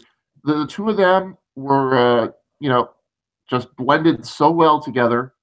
Bubba Ray, of course, had a great mind for the business, but, Devon held up his end of the bargain. He was able to, there's a lot of, the AP and the Dudleys are very similar teams in terms of their makeup. Mm-hmm. One difference, though, and someone in the chat brought this up. Zed Sled brought this up about the initial breakup of APA. Yeah. There was no violence between the two of them. Simmons just basically walked away. Mm-hmm. Indeed. Yeah. Yeah, they never had a feud out of it, which was nope. Mm-hmm. And it's too bad because I think it would have been a heck of a match. I do too, but the thing about it was that I think neither one of them really wanted it because they respected one another that much. Yeah, I can see that. Well, hell, when JBL had his show on the network, he had Ron Simmons on, and they talk about the love and respect that they have for one another. Mm-hmm. Absolutely.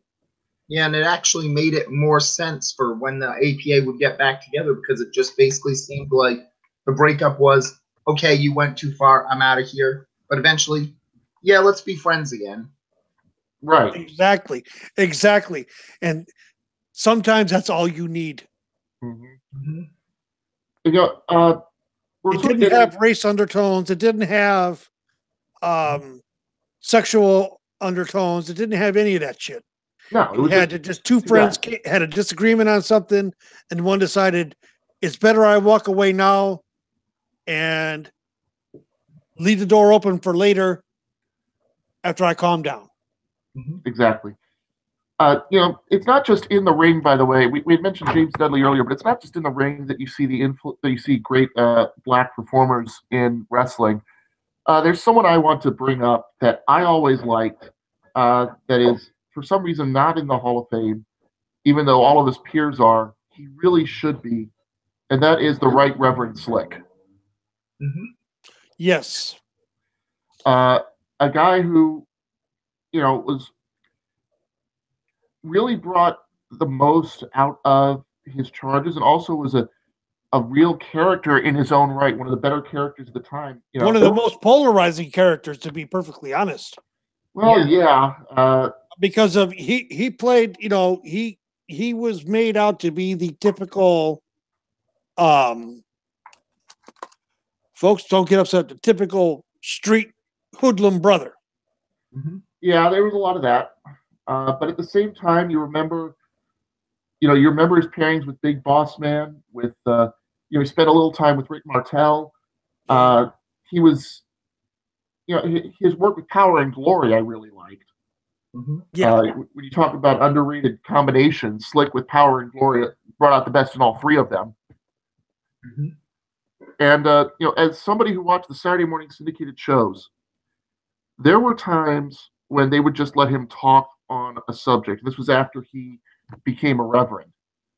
So, of course, they sort of play it up. They say that this is his sermon of the week, and you'd hear people in the back of the command center yelling "Amen" at random times, which was kind of cute for somebody watching. But they let him talk, and he had a cadence and he had a charisma when he spoke that was so much fun to listen to.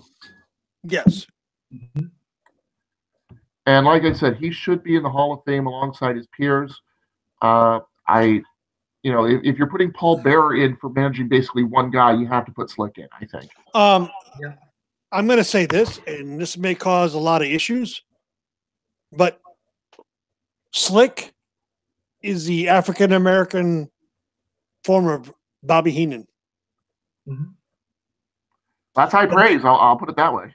Yeah. The man could cut a promo. The man knew how to be a manager. Mm-hmm. I'm hearing all this shit about Paul Heyman being the greatest manager of all time. No, sorry. Bobby Heenan is the greatest manager of all time. Absolutely. Paul Heyman cannot hold Bobby's jock or Rick's jock for that matter. He's got two legends to step over before he is the greatest. Yeah.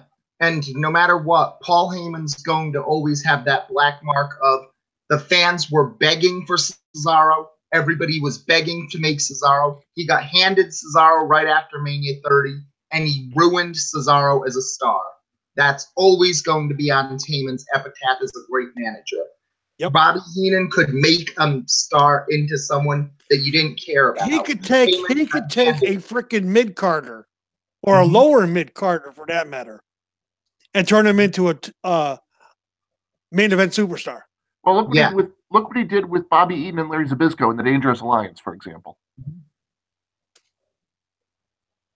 You know, you're talking about Bobby Eaton, a perennial tag team wrestler, Larry Zbyszko, who, you know, time had passed him by. He made them part of a very important group and made them just as threatening as the guys up top. Exactly. Yeah. But, you know, getting back to the main topic of Slick, there were so many things he did that people sort of gravitated to, and and he had a bit of longevity in the business. You know, he started managing Volkov and the Sheik. He moved on to Bad News Brown, to One Man Gang. I'm not going to mention that rebirth of One Man Gangs because that's just stupid. He got Rick Martel after the split of Strikeforce, had him for a while. You know, picked up Power and Glory. You know, after he became a babyface, you know, he and Kamala had a babyface run together, and that's just kind of out there as far as ideas. Yeah, I mean, yes, Rick as a babyface, Slick Rick as a babyface. Who would have thought that? None of Exactly. us. Yeah, but it worked. And it was only after he became an ordained minister. Now, a lot of people don't know that Slick Rick, Reverend Rick, is an actual ordained Baptist minister. Yeah, they didn't call him the Reverend Slick for nothing. No, he earned that title. By the way, the next time that WWE puts on a wedding, can we get the Reverend Slick to officiate it just for old time's sake? Wasn't he there recently for one? Oh, Brian and AJ, I think. You're right. Yeah, Brian and AJ, he was there for it. Yeah, and that's more of the surprise why he's not in the Hall of Fame. He's clearly on great terms with them, so why not throw the guy in? He's another manager that needs to go into the Hall of Fame.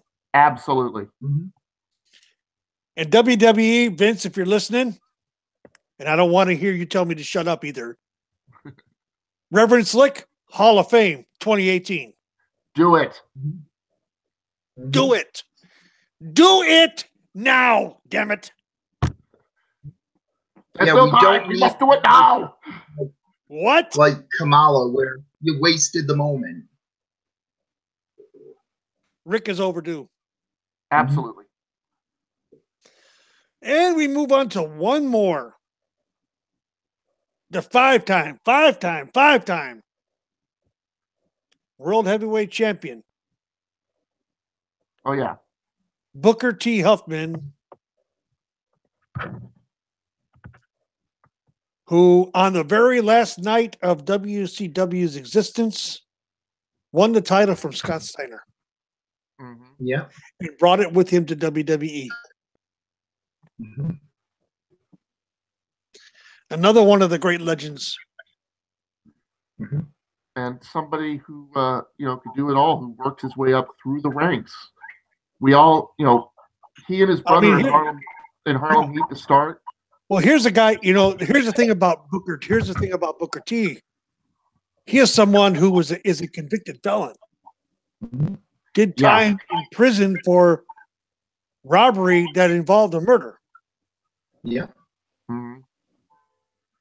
And, turned his life around, which is very admirable. Because they also told him, the guard said to him, we'll see you back here. And he said, no, you won't. Exactly. He has proven that a person can be rehabilitated. Yes. If you want to be rehabilitated and you try to make amends for your sins, then you will be able to have your career back. Are you listening, Michael Elgin? Exactly. No, I don't even want his name brought up here. Got it. Michael Elgin, I'm sorry, I'm going to say this right now. Michael Elgin is taboo.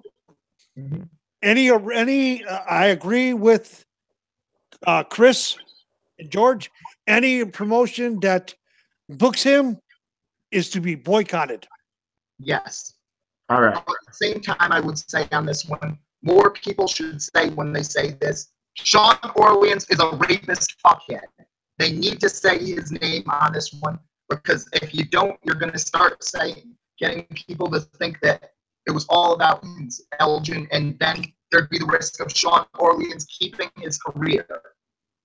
Yeah. I don't see that happening. I don't. Let's hope not. Let's go back to. Let's just focus on what our discussion was with Booker T. Someone who I saw him first in Global Wrestling Federation when that was on ESPN. Oh yeah, I remember watching those shows. every day at 12 noon Pacific time. Exactly. I remember coming home from school and watching it, and seeing him and his brother work their way up, go through WCW, survive some really bad ideas. Not a lot of people remember this because thankfully it never happened.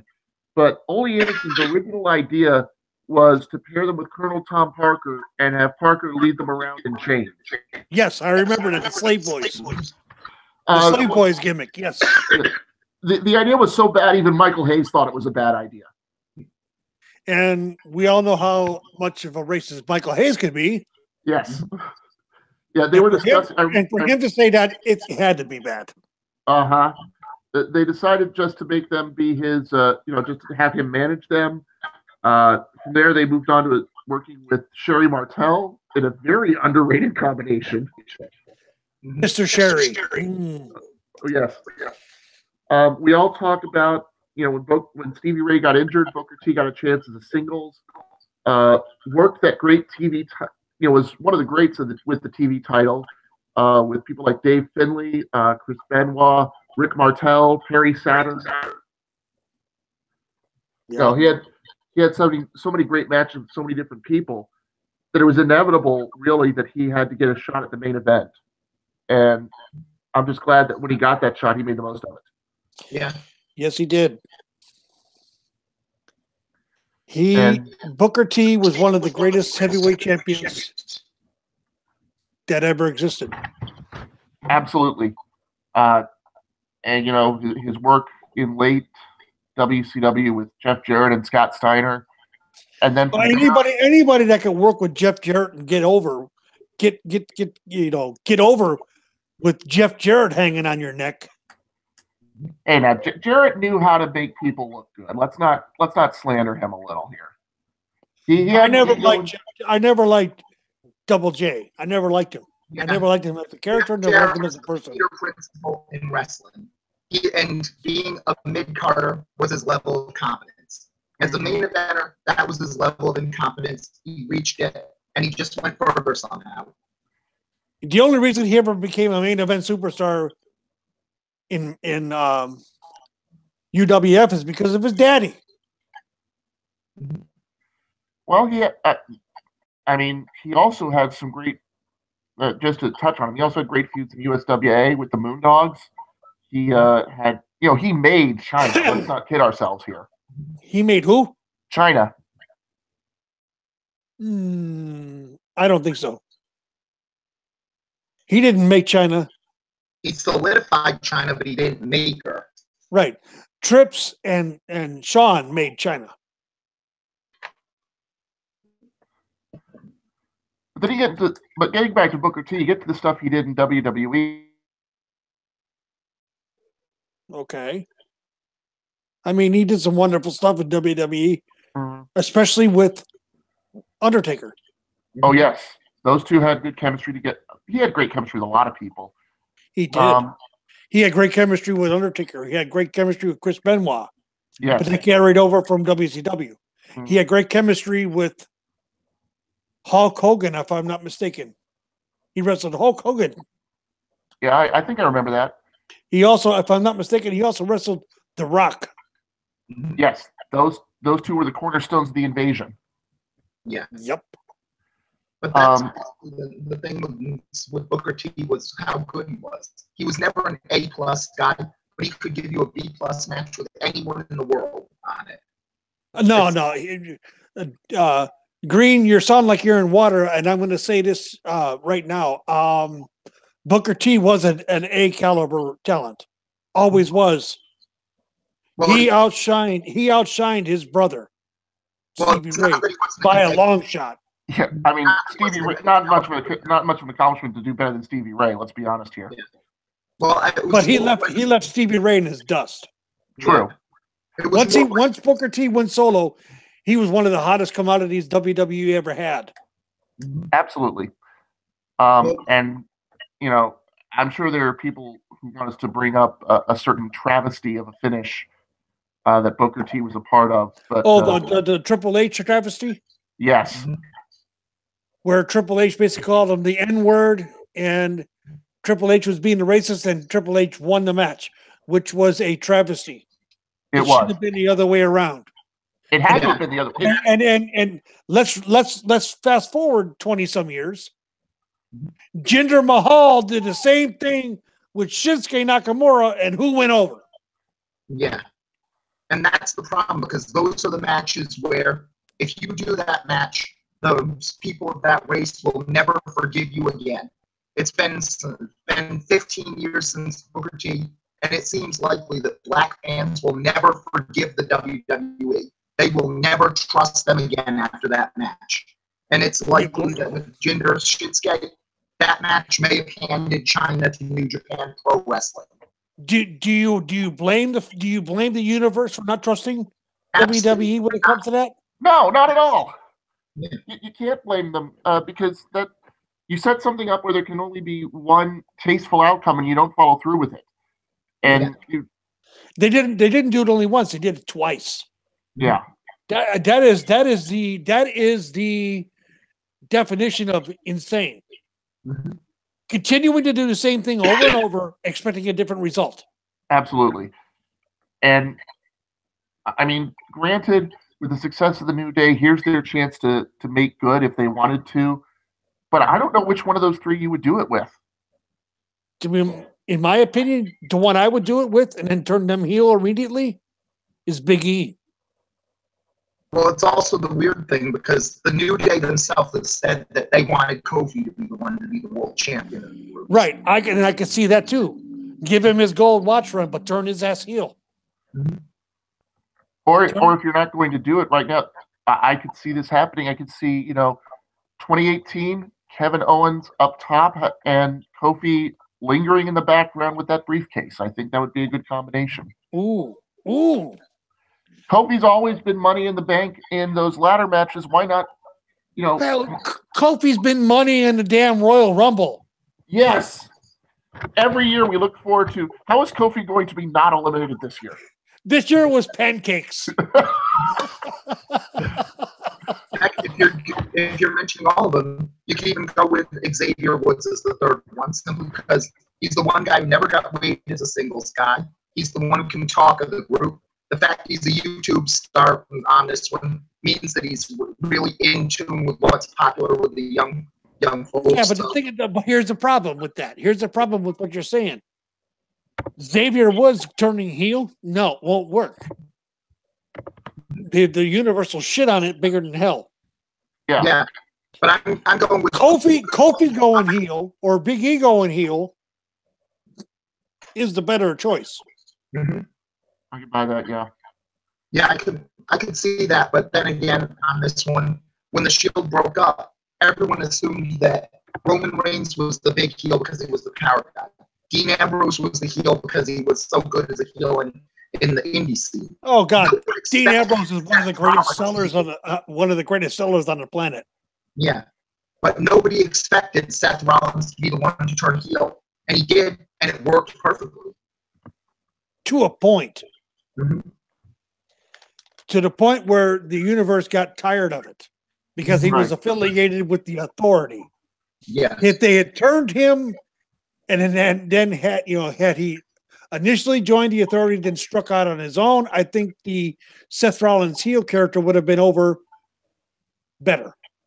Mm-hmm. I say Big E or Kofi and turn either one of those two heel. That's money. We look at the damn. You brought up the New Day. Okay, let's talk about the New Day. They benefited from past African American superstars, right? Yep. For the simple fact that New Day initially was supposed to be a heel faction. Well, the fans turned them face. Yeah. Well, it's kind of weird because as somebody who was covering Raw at the time, there were hints on SmackDown that they were supposed to be sort of a Nation of Domination type heel. They scrapped that, went with the gospel type group, introducing him as a face. The crowd hated it and turned him heel. Then they tweaked it, and the crowd turned him face again. Exactly. In defense, you've got to realize with this. That is some of the best. That is some of the best booking there ever was. Mm-hmm. And the WWE is letting them run with it. You know, I mean, Jesus, we're going to have what? Usos versus New Day for the 15th time at Elimination Chamber. Right. And it doesn't feel old. Or no, it's New Day versus the Bar, isn't it? No, New Day versus Usos. Yeah. That's going to be at Fastlane, excuse me. Because tomorrow's pay-per-view is a Raw pay-per-view. Yes, it is. Yeah. Which we need to talk about, guys, by the way. If we're going to segue as far as, wrestlers keeping up the heritage of African American strength in the wrestling business, the best segue would be to Titus Worldwide, which, is going to get their chance at Elimination Chamber, and I wouldn't mind if they won. I wouldn't either. I wouldn't either, and not because of what month it is. Yeah. Right. Those guys, I'll tell you right now, those two guys, Apollo and Titus have busted their ass, especially Titus since he came back. Mm-hmm. Titus has busted his ass. Mm-hmm. He has been an ambassador for WWE. He's out doing great things for charity and for everything. He had 2,000 people at a Monday Night Raw that he paid for tickets for them people to come to because they were underprivileged kids. Yeah, I remember that story. Yeah, that's the kind of person you want as a champion. Exactly. Yeah, it's just give him the titles. Give him and Apollo the titles. Do it now. It's time. Book it. Yeah. Mm-hmm. Yeah, maybe we can have Cesaro lose some more teeth. I don't know. Yeah. Or better yet, have Sheamus lose his teeth. I don't give a shit. Yeah. But right now you have to do it, and it's not because of the month, as you said. Saying that Titus Worldwide needs to win because it's the month is like saying that Aiden English's partner needs to win because it's Rusev Day. Yeah, that's another thing. We can talk, let's talk on that briefly. Rusev Day. A goddamn joke promo by a piss poor actor who's supposed to be from Bulgaria, declaring a holiday in Rusev's hometown as the mayor. What has Rusev done with it? Along with Aiden English? Knocked it out of the park, made the greatest chicken salad out of the greatest chicken shit. Yeah, and it helps that Aiden English, you talk about someone who is a classically trained actor, and you have Rusev with this natural charisma about him, able to, play things up. You always saw hints of it in his heel run, but you have two people who are not ashamed to do crazy things. And at the end of the day, the big way to get over in wrestling is to embrace whatever crap you're given. And don't let the crowd know how stupid it is. Yeah. Yes. And it is to take something. It is to take something that is the most far out and stupidest ass idea and make it goddamn work. Absolutely. That is what professional wrestling is. It is making us believe our suspension of reality. Rusev and Aiden English can do it. Yeah. The New Day can do it. To go back to our discussion of Booker T, they made him into this fake European royal. He ran with it. He made it work. Yes, he did. They turned him into King Booker. And he they involved Queen Charmel. Okay, hello, that shit worked. Exactly. I think Vince was trying to bury him, and Booker's like, no, Fuck you. Shut up. Get this shit over. And he got it so over that he became the first black world champion in WWE under the WWE banner. Screw the big gold belts thing. Booker T was the first black world champion in WWE. Exactly. And for those of you who are raising your hand asking about a certain movie star, he's more Samoan than black, just for what it's worth.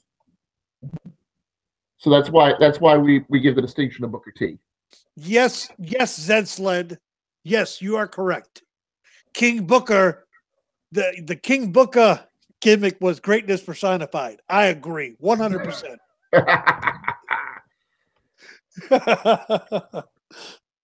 I've gone back and watched it on the network, and I sit there and just go, "Oh my God, this is golden! This is great! This is absolutely great." There's only one wrestler that I think could get a shitty gimmick over as good as, if not better than, Booker, and that is Dustin Rhodes with his Goldust character. And speaking of Booker and Dustin, another example, just like with the APA. I don't know what to do with these two guys. Let's throw them together and see what happens. Yeah. Well, shit. And the thing about it was that you would hear when Booker T was on Raw commentary, he would talk about it. He loved it. It was fantastic. Yeah. That gimmick was so good that it brought to mind the WrestleMania 19 debacle, where on paper Booker T wasn't ready to be world champion at that time, but everybody wanted it because of how good Booker T and Goldust were together. Exactly. It was like, it's like you don't really need to move your way up the card if the fans want you to take the shortcut. Take the shortcut. Yep. All right, let's talk about a little bit about Raw. I think we went through that minefield of the Black Wrestling Legends quite well. We didn't step on any mines. We didn't blow our nuts off or anything like that. Yep. Now we didn't get the bouncing Betty to cut our balls off. Yeah, we handled it with the respect it deserves. Exactly, and that was all I wanted. Yeah. I come from a bigoted racist household, and I broke the mold, and I wanted to, it doesn't matter what month it is. I would have done it next month or 2 months from now, but I wanted to do this. Yeah. The timing was just right. Yeah, it just worked out that, I wanted to do it last week, but I wasn't able to be on the show. So, I've got two guys that one is trained. One of you is training to be a wrestler. That's me. Mm-hmm. And it's just too bad I'm too goddamn old to learn how to take a simple bump, or I'd be your goddamn manager. Yeah, it's. I mean, they don't really do. They don't really segregate managers anymore. Managers still have to learn the basics. Yeah. Yeah, I know. I'd have to take a basic bump, and no, I'm too goddamn old. I'm 53 years old. God damn it! I'm more in the crowd of Vince McMahon, but I don't have the strength. God damn it! Back gotcha. Let's give kudos to Vince for taking a chance and saying, you know what, we got a bunch of guys who are in our main event. There aren't many matches on the Elimination Chamber. Screw it. Let's just have them eat up most of the show. Yeah. This is the type of match you watch. Just if you ever said we want more wrestling on our wrestling show, watch Raw. Jesus Christ. Monday Night Raw. Let's talk about Monday Night Raw and the goddamn gauntlet match. It's beautiful. Over 2 hours. That match was fantastic from start to finish. I don't care. Yeah. Seth killed the first hour. Yeah. Yeah. And you know what the best part is? Even if you consider it 6 matches instead of 1 match, there was not really maybe Finn and Elias didn't hold up their end when that segment was on, but all of those matches were pretty good. Yes. Yeah. At a minimum. And Rollins versus Cena going 35 minutes by themselves, and they just made it fly. Mm-hmm. I mean, I was watching that match going, Jesus Christ. Mm-hmm. Finisher after finisher after finisher. Mm-hmm. And, Rollins kicking out. Rollins kicking out. Cena kicking out. It's like, God damn, this is the first Cena match in a long time that I was actually invested in. that I didn't step away to get something to eat because I was afraid I was going to miss something. Right. And what did it boil down to? Simple goddamn booking. Mm-hmm. Okay, John, Seth. Seth goes over. You two figure it out. Yeah, and take all the time you need. And it didn't feel like filler. It didn't feel like they were. No. It was nonstop. It was nonstop action. But what's happening with John? Is he turning heel? I'm sensing a turn. Well, it would make sense because really, if you're really serious about Roman Reigns as the man, it's time to fire the last bullet in the chamber. It's time to turn Cena heel to feed him to Reigns. If you're serious, you've got something with Roman Reigns, you have to fire that last bullet in the chamber. You got to go all in. And I think that's part of the reason that Roman Reigns is failing. It's not just that he was seen as, Vince's choice over Daniel Bryan. It's that they are hedging on him. They're wavering on him, and nobody really likes when you waver on a main eventer. Remember, the biggest ovation Roman Reigns got was in Philadelphia, one of the most cynical wrestling towns, one of the most you've got to prove it wrestling towns. When he speared Triple H. Yeah, when they just went all in on making him destroyer of worlds. That's what people want. When Roman Reigns snapped and basically destroyed Triple H and speared him through the floor to repeat Michael Cole's statement. Mm-hmm. The crowd went nuts. That's what the people want.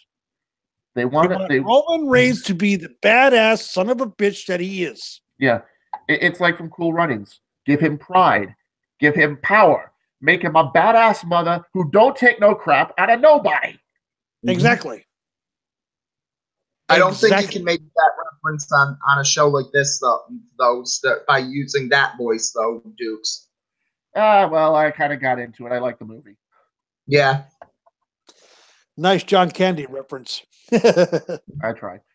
But yeah, if they ran with that, and the best part is, if, as everyone imagines, Reigns is going to be the one to take Lesnar off of the Iron Throne. Brother George brought this up. They've already set up the post-Mania dominoes by having Reigns be eliminated by Seth Rollins. Right there. You say it. Simple booking. Hey, great. You're the champ. You remember when I beat you? Let's do that again. Mm. And even going even further back, go back to the Rumble. The two of them working together, and then Reigns tosses Rollins out.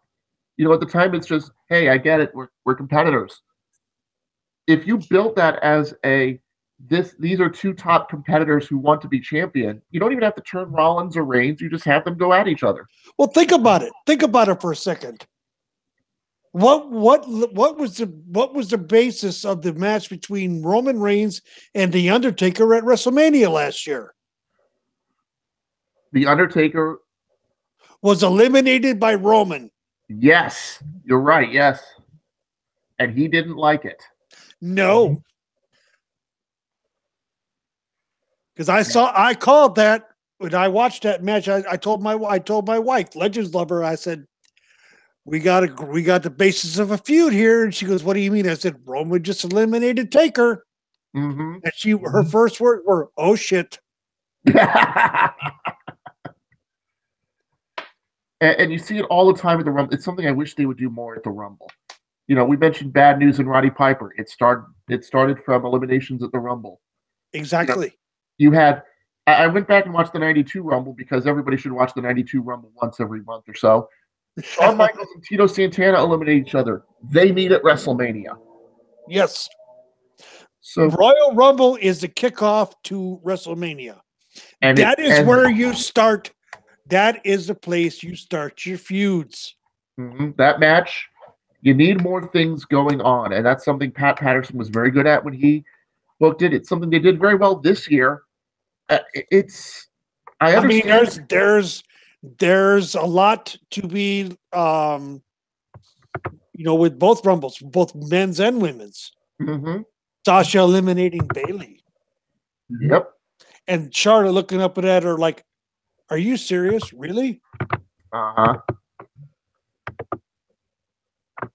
And then Sasha eliminating Becky, and it's like, "Oh fuck no!" Charlotte stood up at that point. It's like, "Are you fucking kidding me?" So there's two right there that could be made. Yeah, but even then, just from Raw itself, the big problem is everyone's saying it's got to be Sasha Bailey. It's got to be Sasha Bailey. And then you look at Raw this week, and they literally just turned games. That completely wiped out the thing of anything for Sasha Bailey in a turn. Bailey is the one that needs a turn. I'm sorry. Mm-hmm. I've said this for over a solid year. And Duke, you can back me up on this.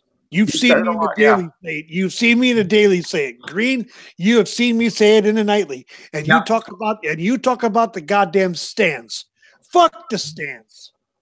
Mm-hmm. It's not even the stands. It's playing. In my mind, it's playing off of where it's going right now. Becky needs to turn on Charlotte. Bailey needs to turn on Sasha. It's that simple. Well, Bailey and Sasha, one of them needs to turn on the other. I'll put it that way. I would rather see Bailey turn on Sasha. I'm sick of seeing Sasha turn face heel. She's got more turns than almost as many turns as goddamn Big Show does. Ooh, that's a harsh statement right there. It's the truth, though. Well, I never said it was an unfair statement. I just said it was harsh. It's the truth. Yeah, in my opinion, anyway. And whose goddamn podcast is this? Yours. Thank you. It's your world. We're just here to visit. I can always pull out the Vince shut up for it. I can have Duke do the Vince shut up if you guys just get on my nerves too much. I'm tired of people telling me who to turn goddamn heel down here. What promotion is this anyway? Or we can always bring up the orgasmic spear. Which ran us off the rails bigger than shit a couple weeks ago, eh, Duke? Oh, let's not go there right now. Let's focus on the present, please. Greene, do you know what I'm talking about when I say orgasmic spear? The one where Stephanie got speared by Roman. Exactly. If you look at her face, she looks like she just had one serious fucking orgasm. Both of them, actually, if you think about it. Oh. So back to today, please. Yes. The only reason that I say it just seems to me like the story, and I know it'll be disappointing to you, but it seems like the story is that Sasha's the one who's going to snap first. And I say that because of the actions of Asuka, who has shown more respect to Bailey than Sasha, and Bailey reminded her of it on a recent Raw. You can tell that Sasha's feeling a bit disrespected, and that never ends well for a babyface run. Yeah, but if you think about it, what did Bailey do? Mm-hmm. She lost to Asuka. She says, she went out and lost to Asuka the same week that they had the confrontation in the back, so to speak. Mm-hmm.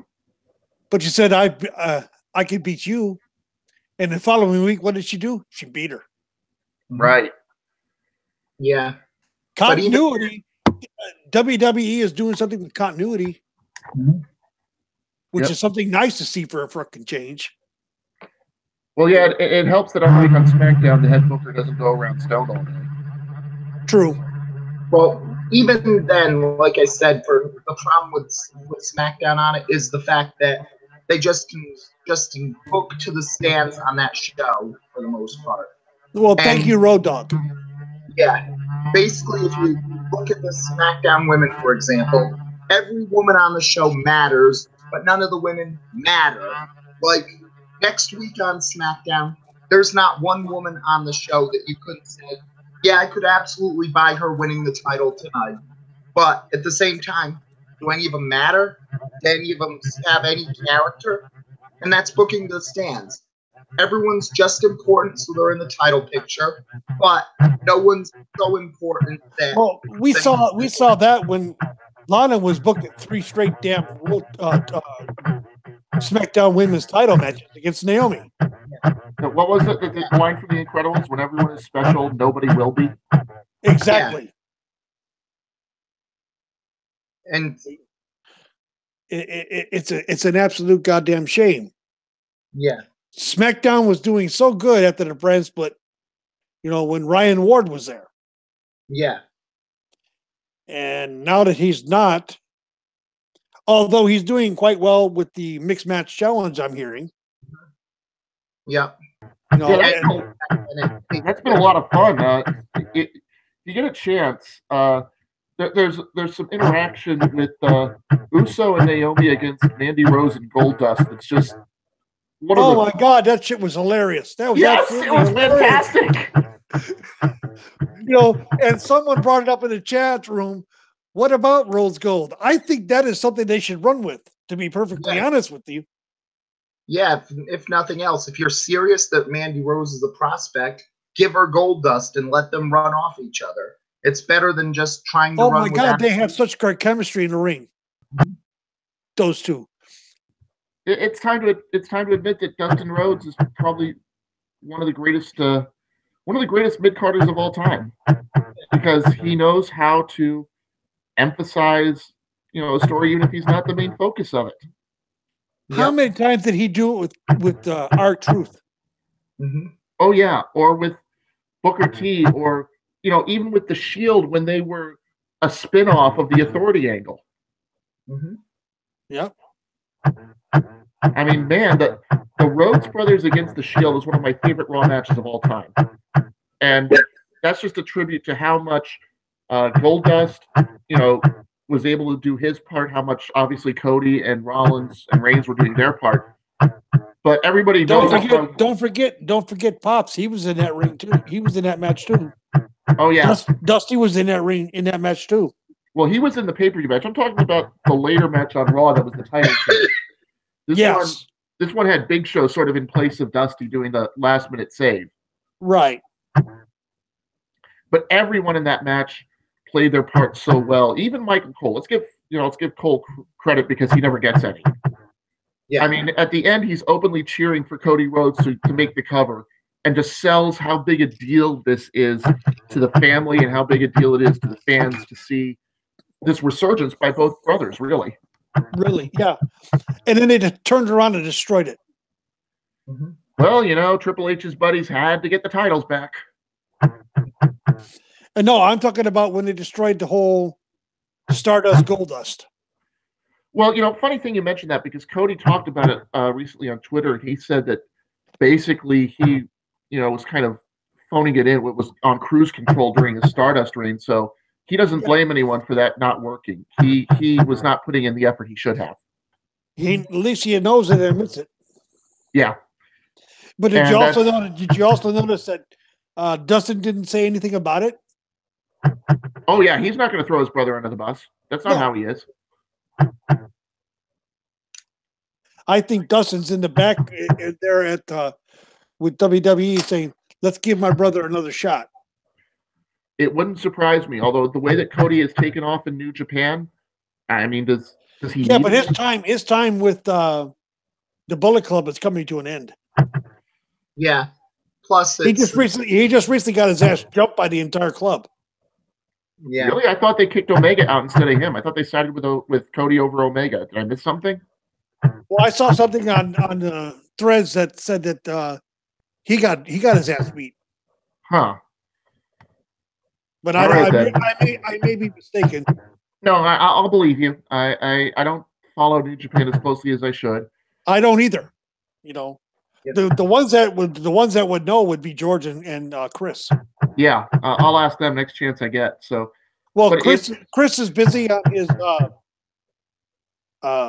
marathon hunt stream. Yes, which his fundraiser, his fundraiser for the show for St. Jude's Hospital, which I stated at the beginning, they've raised over $20,000. Let's get them some more money. Yeah. but it can be stated again because it's a good cause, though. Yes, it is. Yeah, St. Jude is near and dear to my heart because it was the first real charity that I did something for. I don't know whether they had it when you two were in school, but when I was in grade school, they had a math-based fundraiser where basically first you went around to all the other houses and asked for pledges. Then you took home this huge math booklet and killed yourself doing math problems. And for each problem you solved, they donate a few cents, and it added up very fast. And that was one of our big charities in school. So and the money went to St. Jude's. So I'm always going to be a fan of theirs. I'm always going to be somebody to hope that they do well. That they're a great organization. They don't charge any money to any of the families that they serve. It's a Memphis hospital that specializes in pediatric cancer, and it was founded by Hollywood actor Danny Thomas, named after the patron saint of otherwise lost causes, which is why it's called St. Jude's. And they dedicate their entire lives to making sure that kids don't have to suffer from a disease that, frankly, should be. I mean, you're never going to get rid of it, but hopefully someday we can take the bite out of it. Cancer needs to go away. Like I stated earlier, it touched my family and taken too many of my family members. Excuse me. It would be nice if we never had to deal with it as a deadly disease anymore. Yes. Let's continue talking about Raw. Sure. Like I said, after that gauntlet match, what the hell could in my opinion, nothing.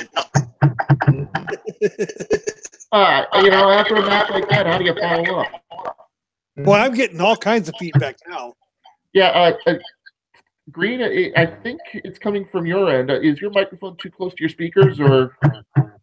I don't know. I haven't noticed anything on my side. So. All I know is we're getting a fight with the two cameras on yours again there. Duke. I'm hearing the thump, thump, thump, thump, like. Oh, God. All right, let me try and fix this. I'll mute my microphone while I try to fix it, guys. Sorry about that. I just tried muting my microphone and unmuting it to try and see if it did anything here. So. Yeah. I mean, what could, like I said, what could follow? I know where the feedback's coming now. Mm-hmm. It's coming through you. Was the fan problem? So. Oh boy. Well, that's technical issues. That's nothing new for the show.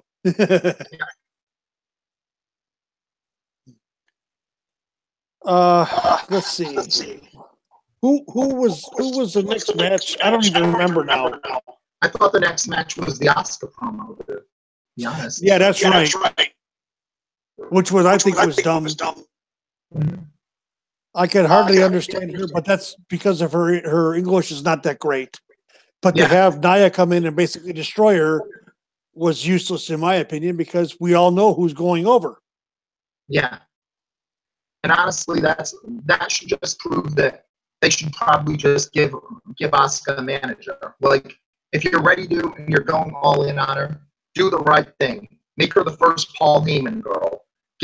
Make her something that matters. I don't see Paul Heyman doing it. I see either Yamaguchi-san coming back, which he's out of the hospital.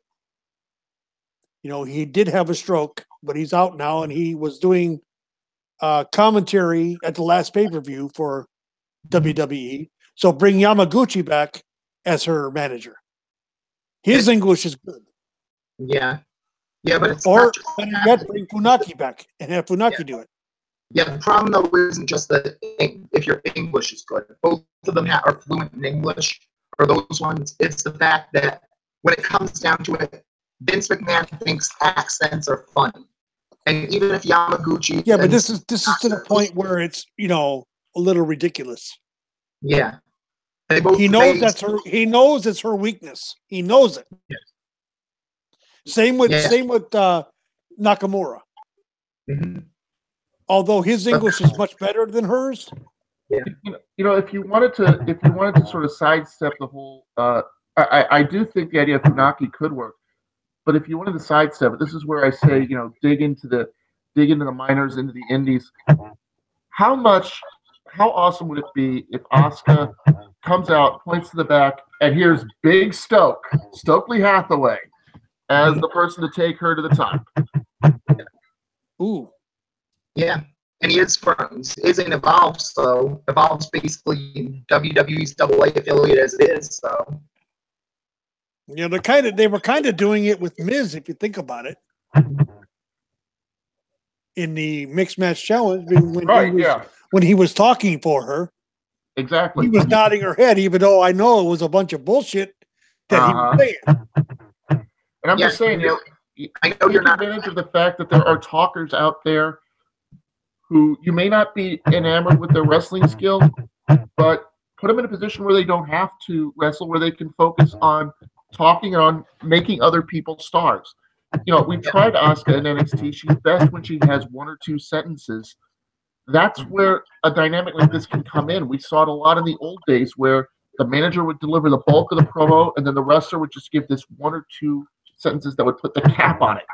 Paul Ellering and Road Warrior Hawk did that better than anyone else. All three of them did it great. Animal would talk, Hawk would talk, and then Paul would tie everything together. That's how it worked, and it was fantastic. That's where I'm saying, somebody like a Stokely Hathaway that you have connections with, it would be a big help for some of the people in WWE, not just Asuka. If you don't want to go that route, there are plenty of people that he could help out. Mandy Rose. Oh yeah. But if they put her with Goldust, she's got him to help. Right. Yeah. But that's the problem with Mandy Rose, because again, she has a manager already. The big question I have is this: if we look at NXT, we all know that we look at NXT, we all know that Andrade is coming up eventually. Yeah. I mean, they gave him a dry run at the Rumble. Of course, he's going to be a big deal soon. Yeah. Oh yeah, and he's coming up, and he's going to bring. The question is Selena Vega coming up with him? In my opinion, she has to. Yeah, she better, because it was only when that pairing was made. She is the linchpin. Yeah, and we were discussing this, and Taker, you're somebody who watched wrestling back in the day, so maybe you'd have an opinion on this. I was, we were discussing Eddie Guerrero's career. Greene and I were discussing this sort of free-forming, and discussing how the reason that Eddie was able to work in 2000 was that he and Chyna were such a crazy couple. And I thought, just outside the box, if they had put Eddie and Lita together and given them the Andrade-Zelina dynamic, how well do you think that would have worked? Just asking you. My wallet would have been gone. That's what I thought, yeah. Because there was nobody better than Eddie on the stick during that time. He was great on the stick. Lita was great on the stick.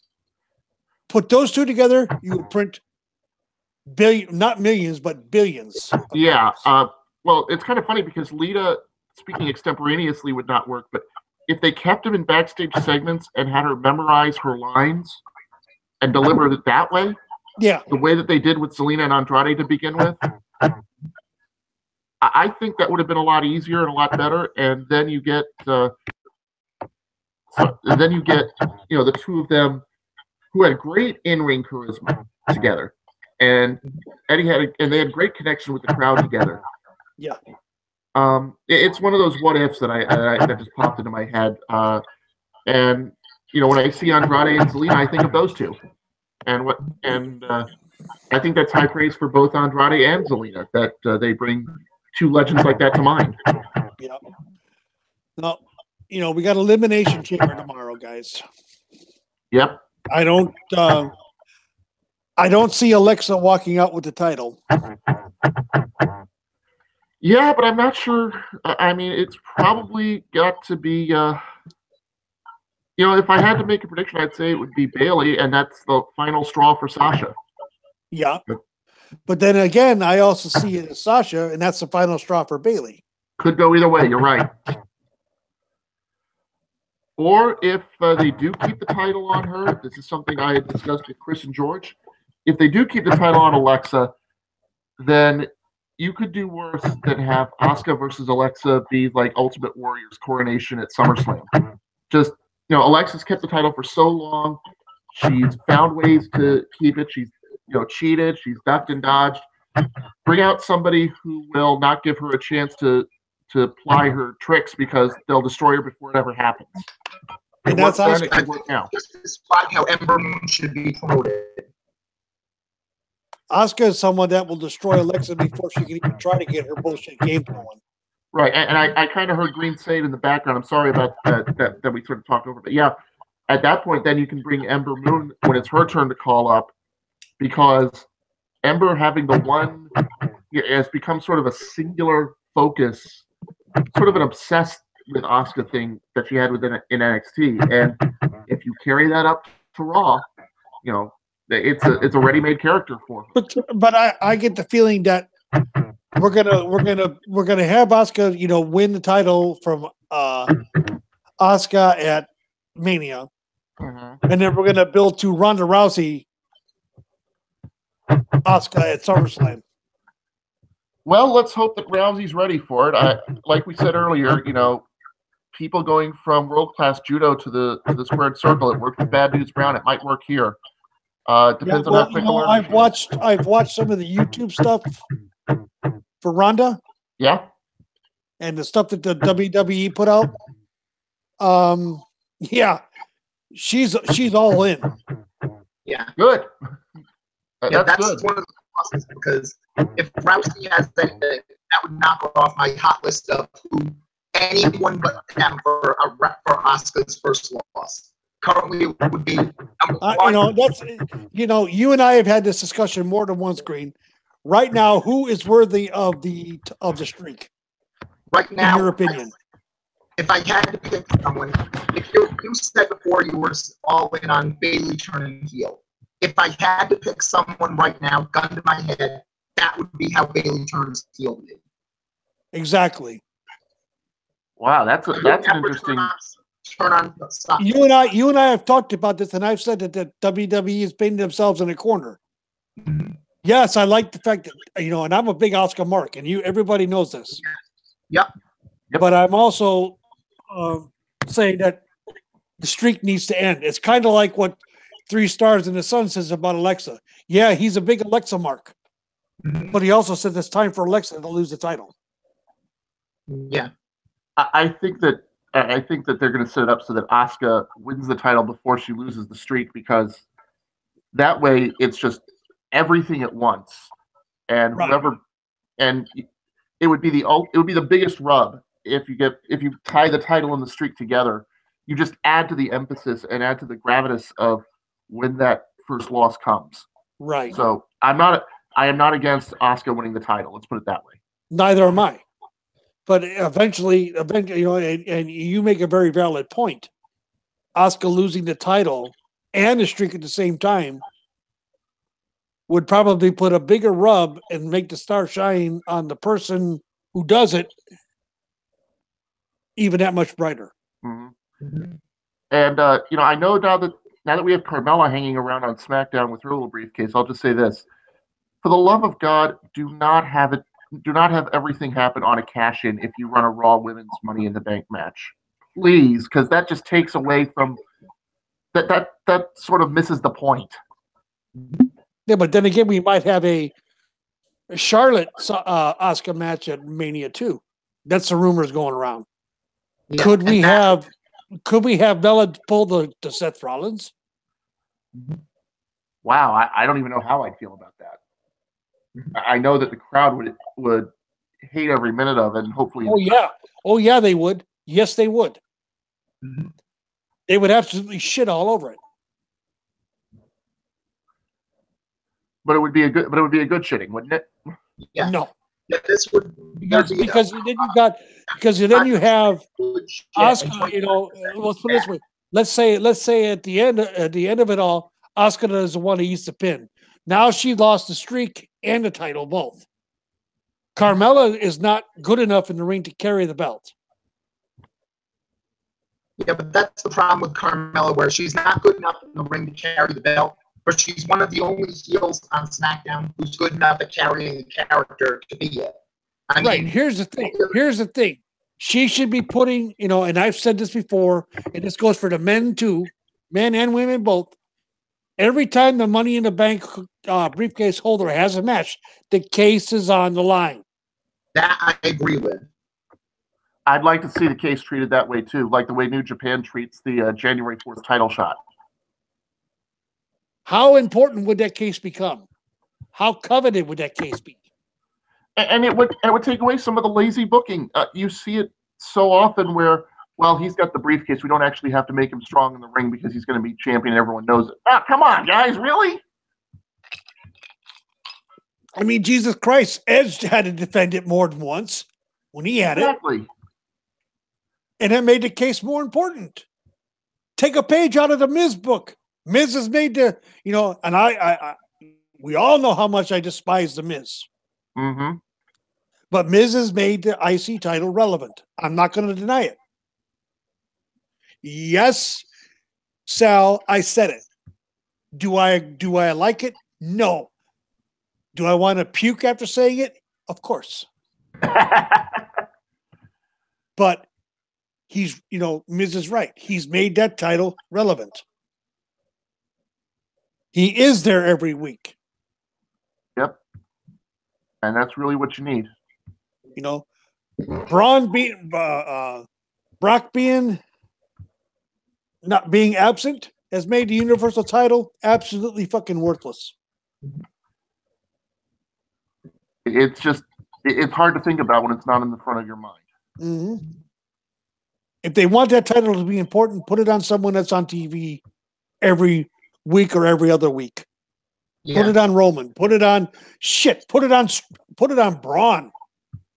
Seriously, well, there's the fact that Lesnar really doesn't like him, but that's pathetic. I don't care what Brock likes or don't like. I'm with you on that one, but it's not his decision as to who has the freaking title. Yeah. No, I agree with you, but they gave him a sweetheart deal.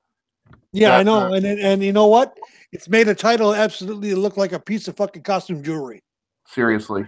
Yeah, but honestly, that's why it should go to Roman for the next one. And more than that, they should say, okay, first thing you do after you give Roman the title, the Universal title open challenge starts now.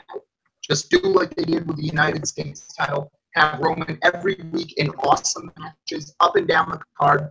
Every guy, heck, throw people like Asuka in, and every girl on this card throws in with great matches with Roman for the Universal title. Make that title mean something.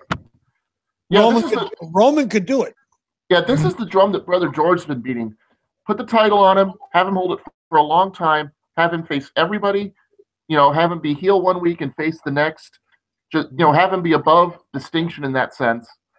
Just have him just be the ass kicker we know he can be, and keep the title for 9 months to a year. Exactly. Make that title as important as the title that AJ Styles currently holds. That would be wonderful. Yeah, and that's the problem with the Universal title. It was ruined before Rock did it. It was ruined before so that Goldberg could look like a big man to his son. It was ruined when Kevin Owens was the sidekick to Chris Jericho.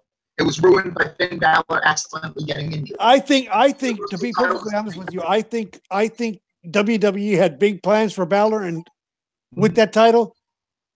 In the night, even though he got hurt,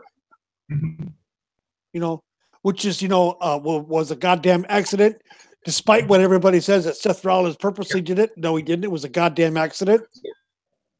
Just like Nia accidentally hurting Bayley. Yeah. I will say that till the day I die.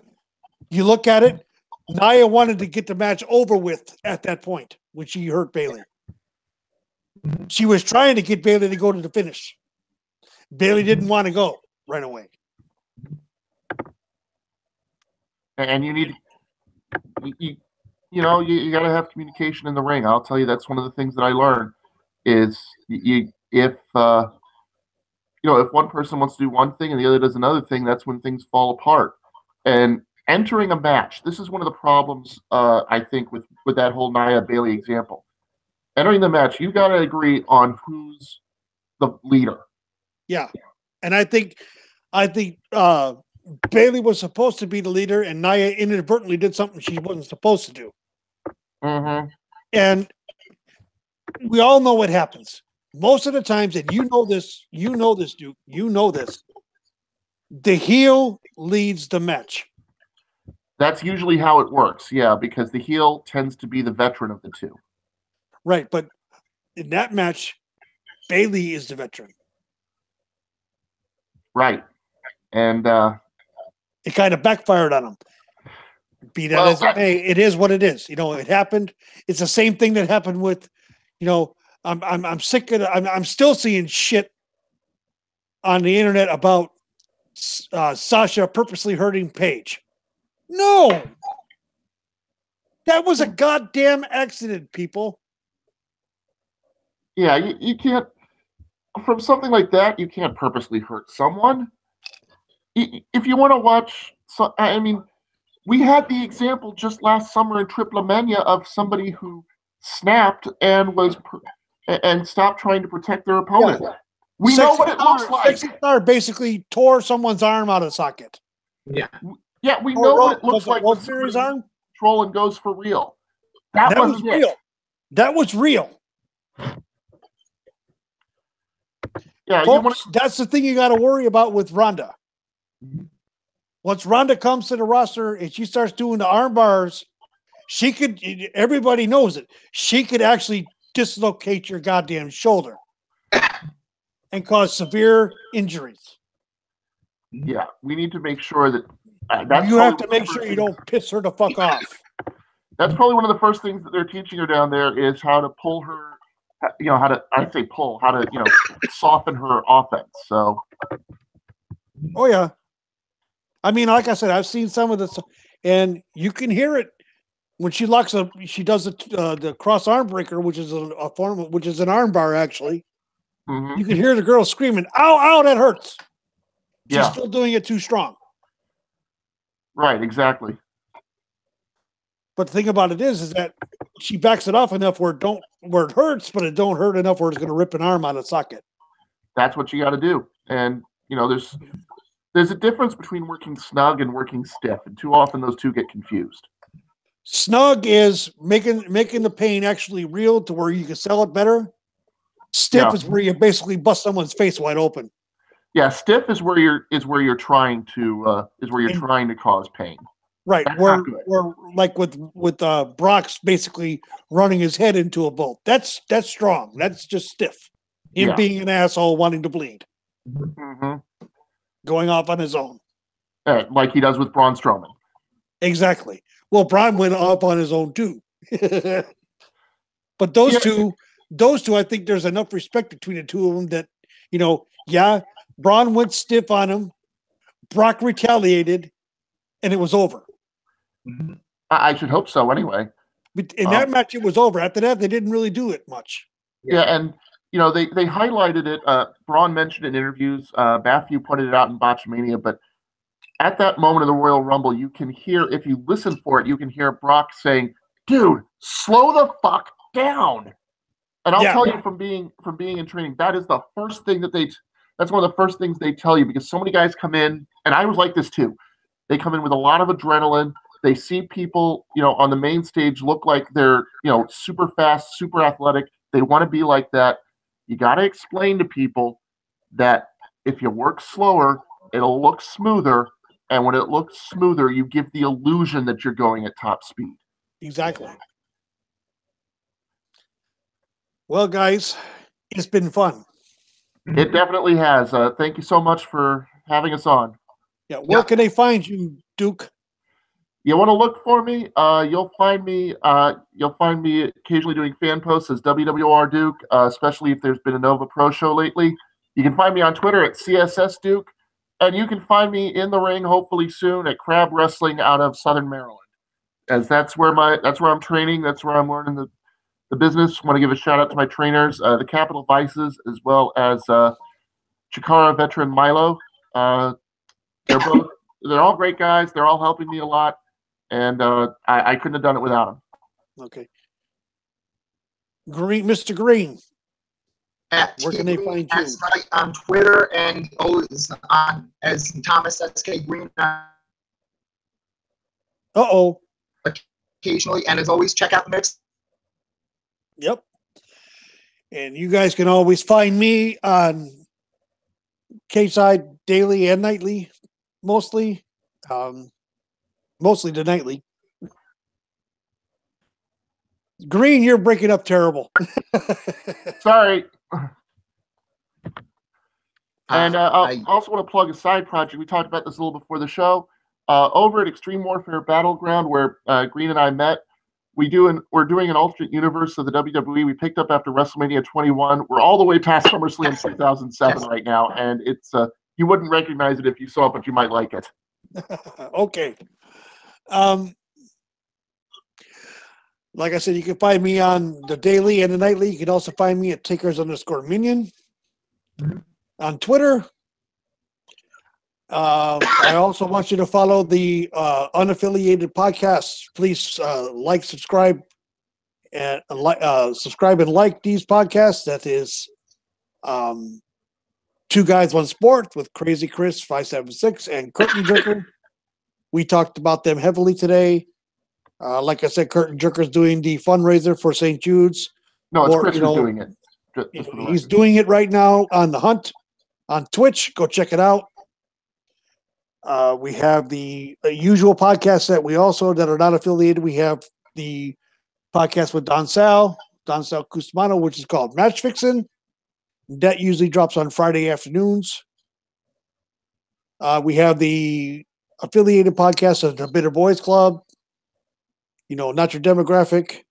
Keeping Up with the Kayfabe, but I think that's it. I'm not sure. I don't have the list in front of me because MDS did not give it to me. Shame on you, buddy. And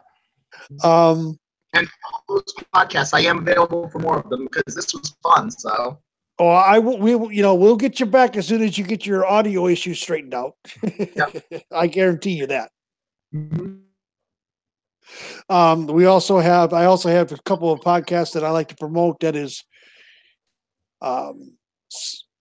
Something to Wrestle with Bruce Pritchard and my best friend Conrad Thompson, as well as What Happened When. That is with Tony Schiavone and Conrad Thompson. And this has been episode 33 of Shootin' the Breeze. Taker is without MDS, where we talked about the black legends of professional wrestling. Until next week, guys, we'll see you later. Bye. Bye, everyone. See ya.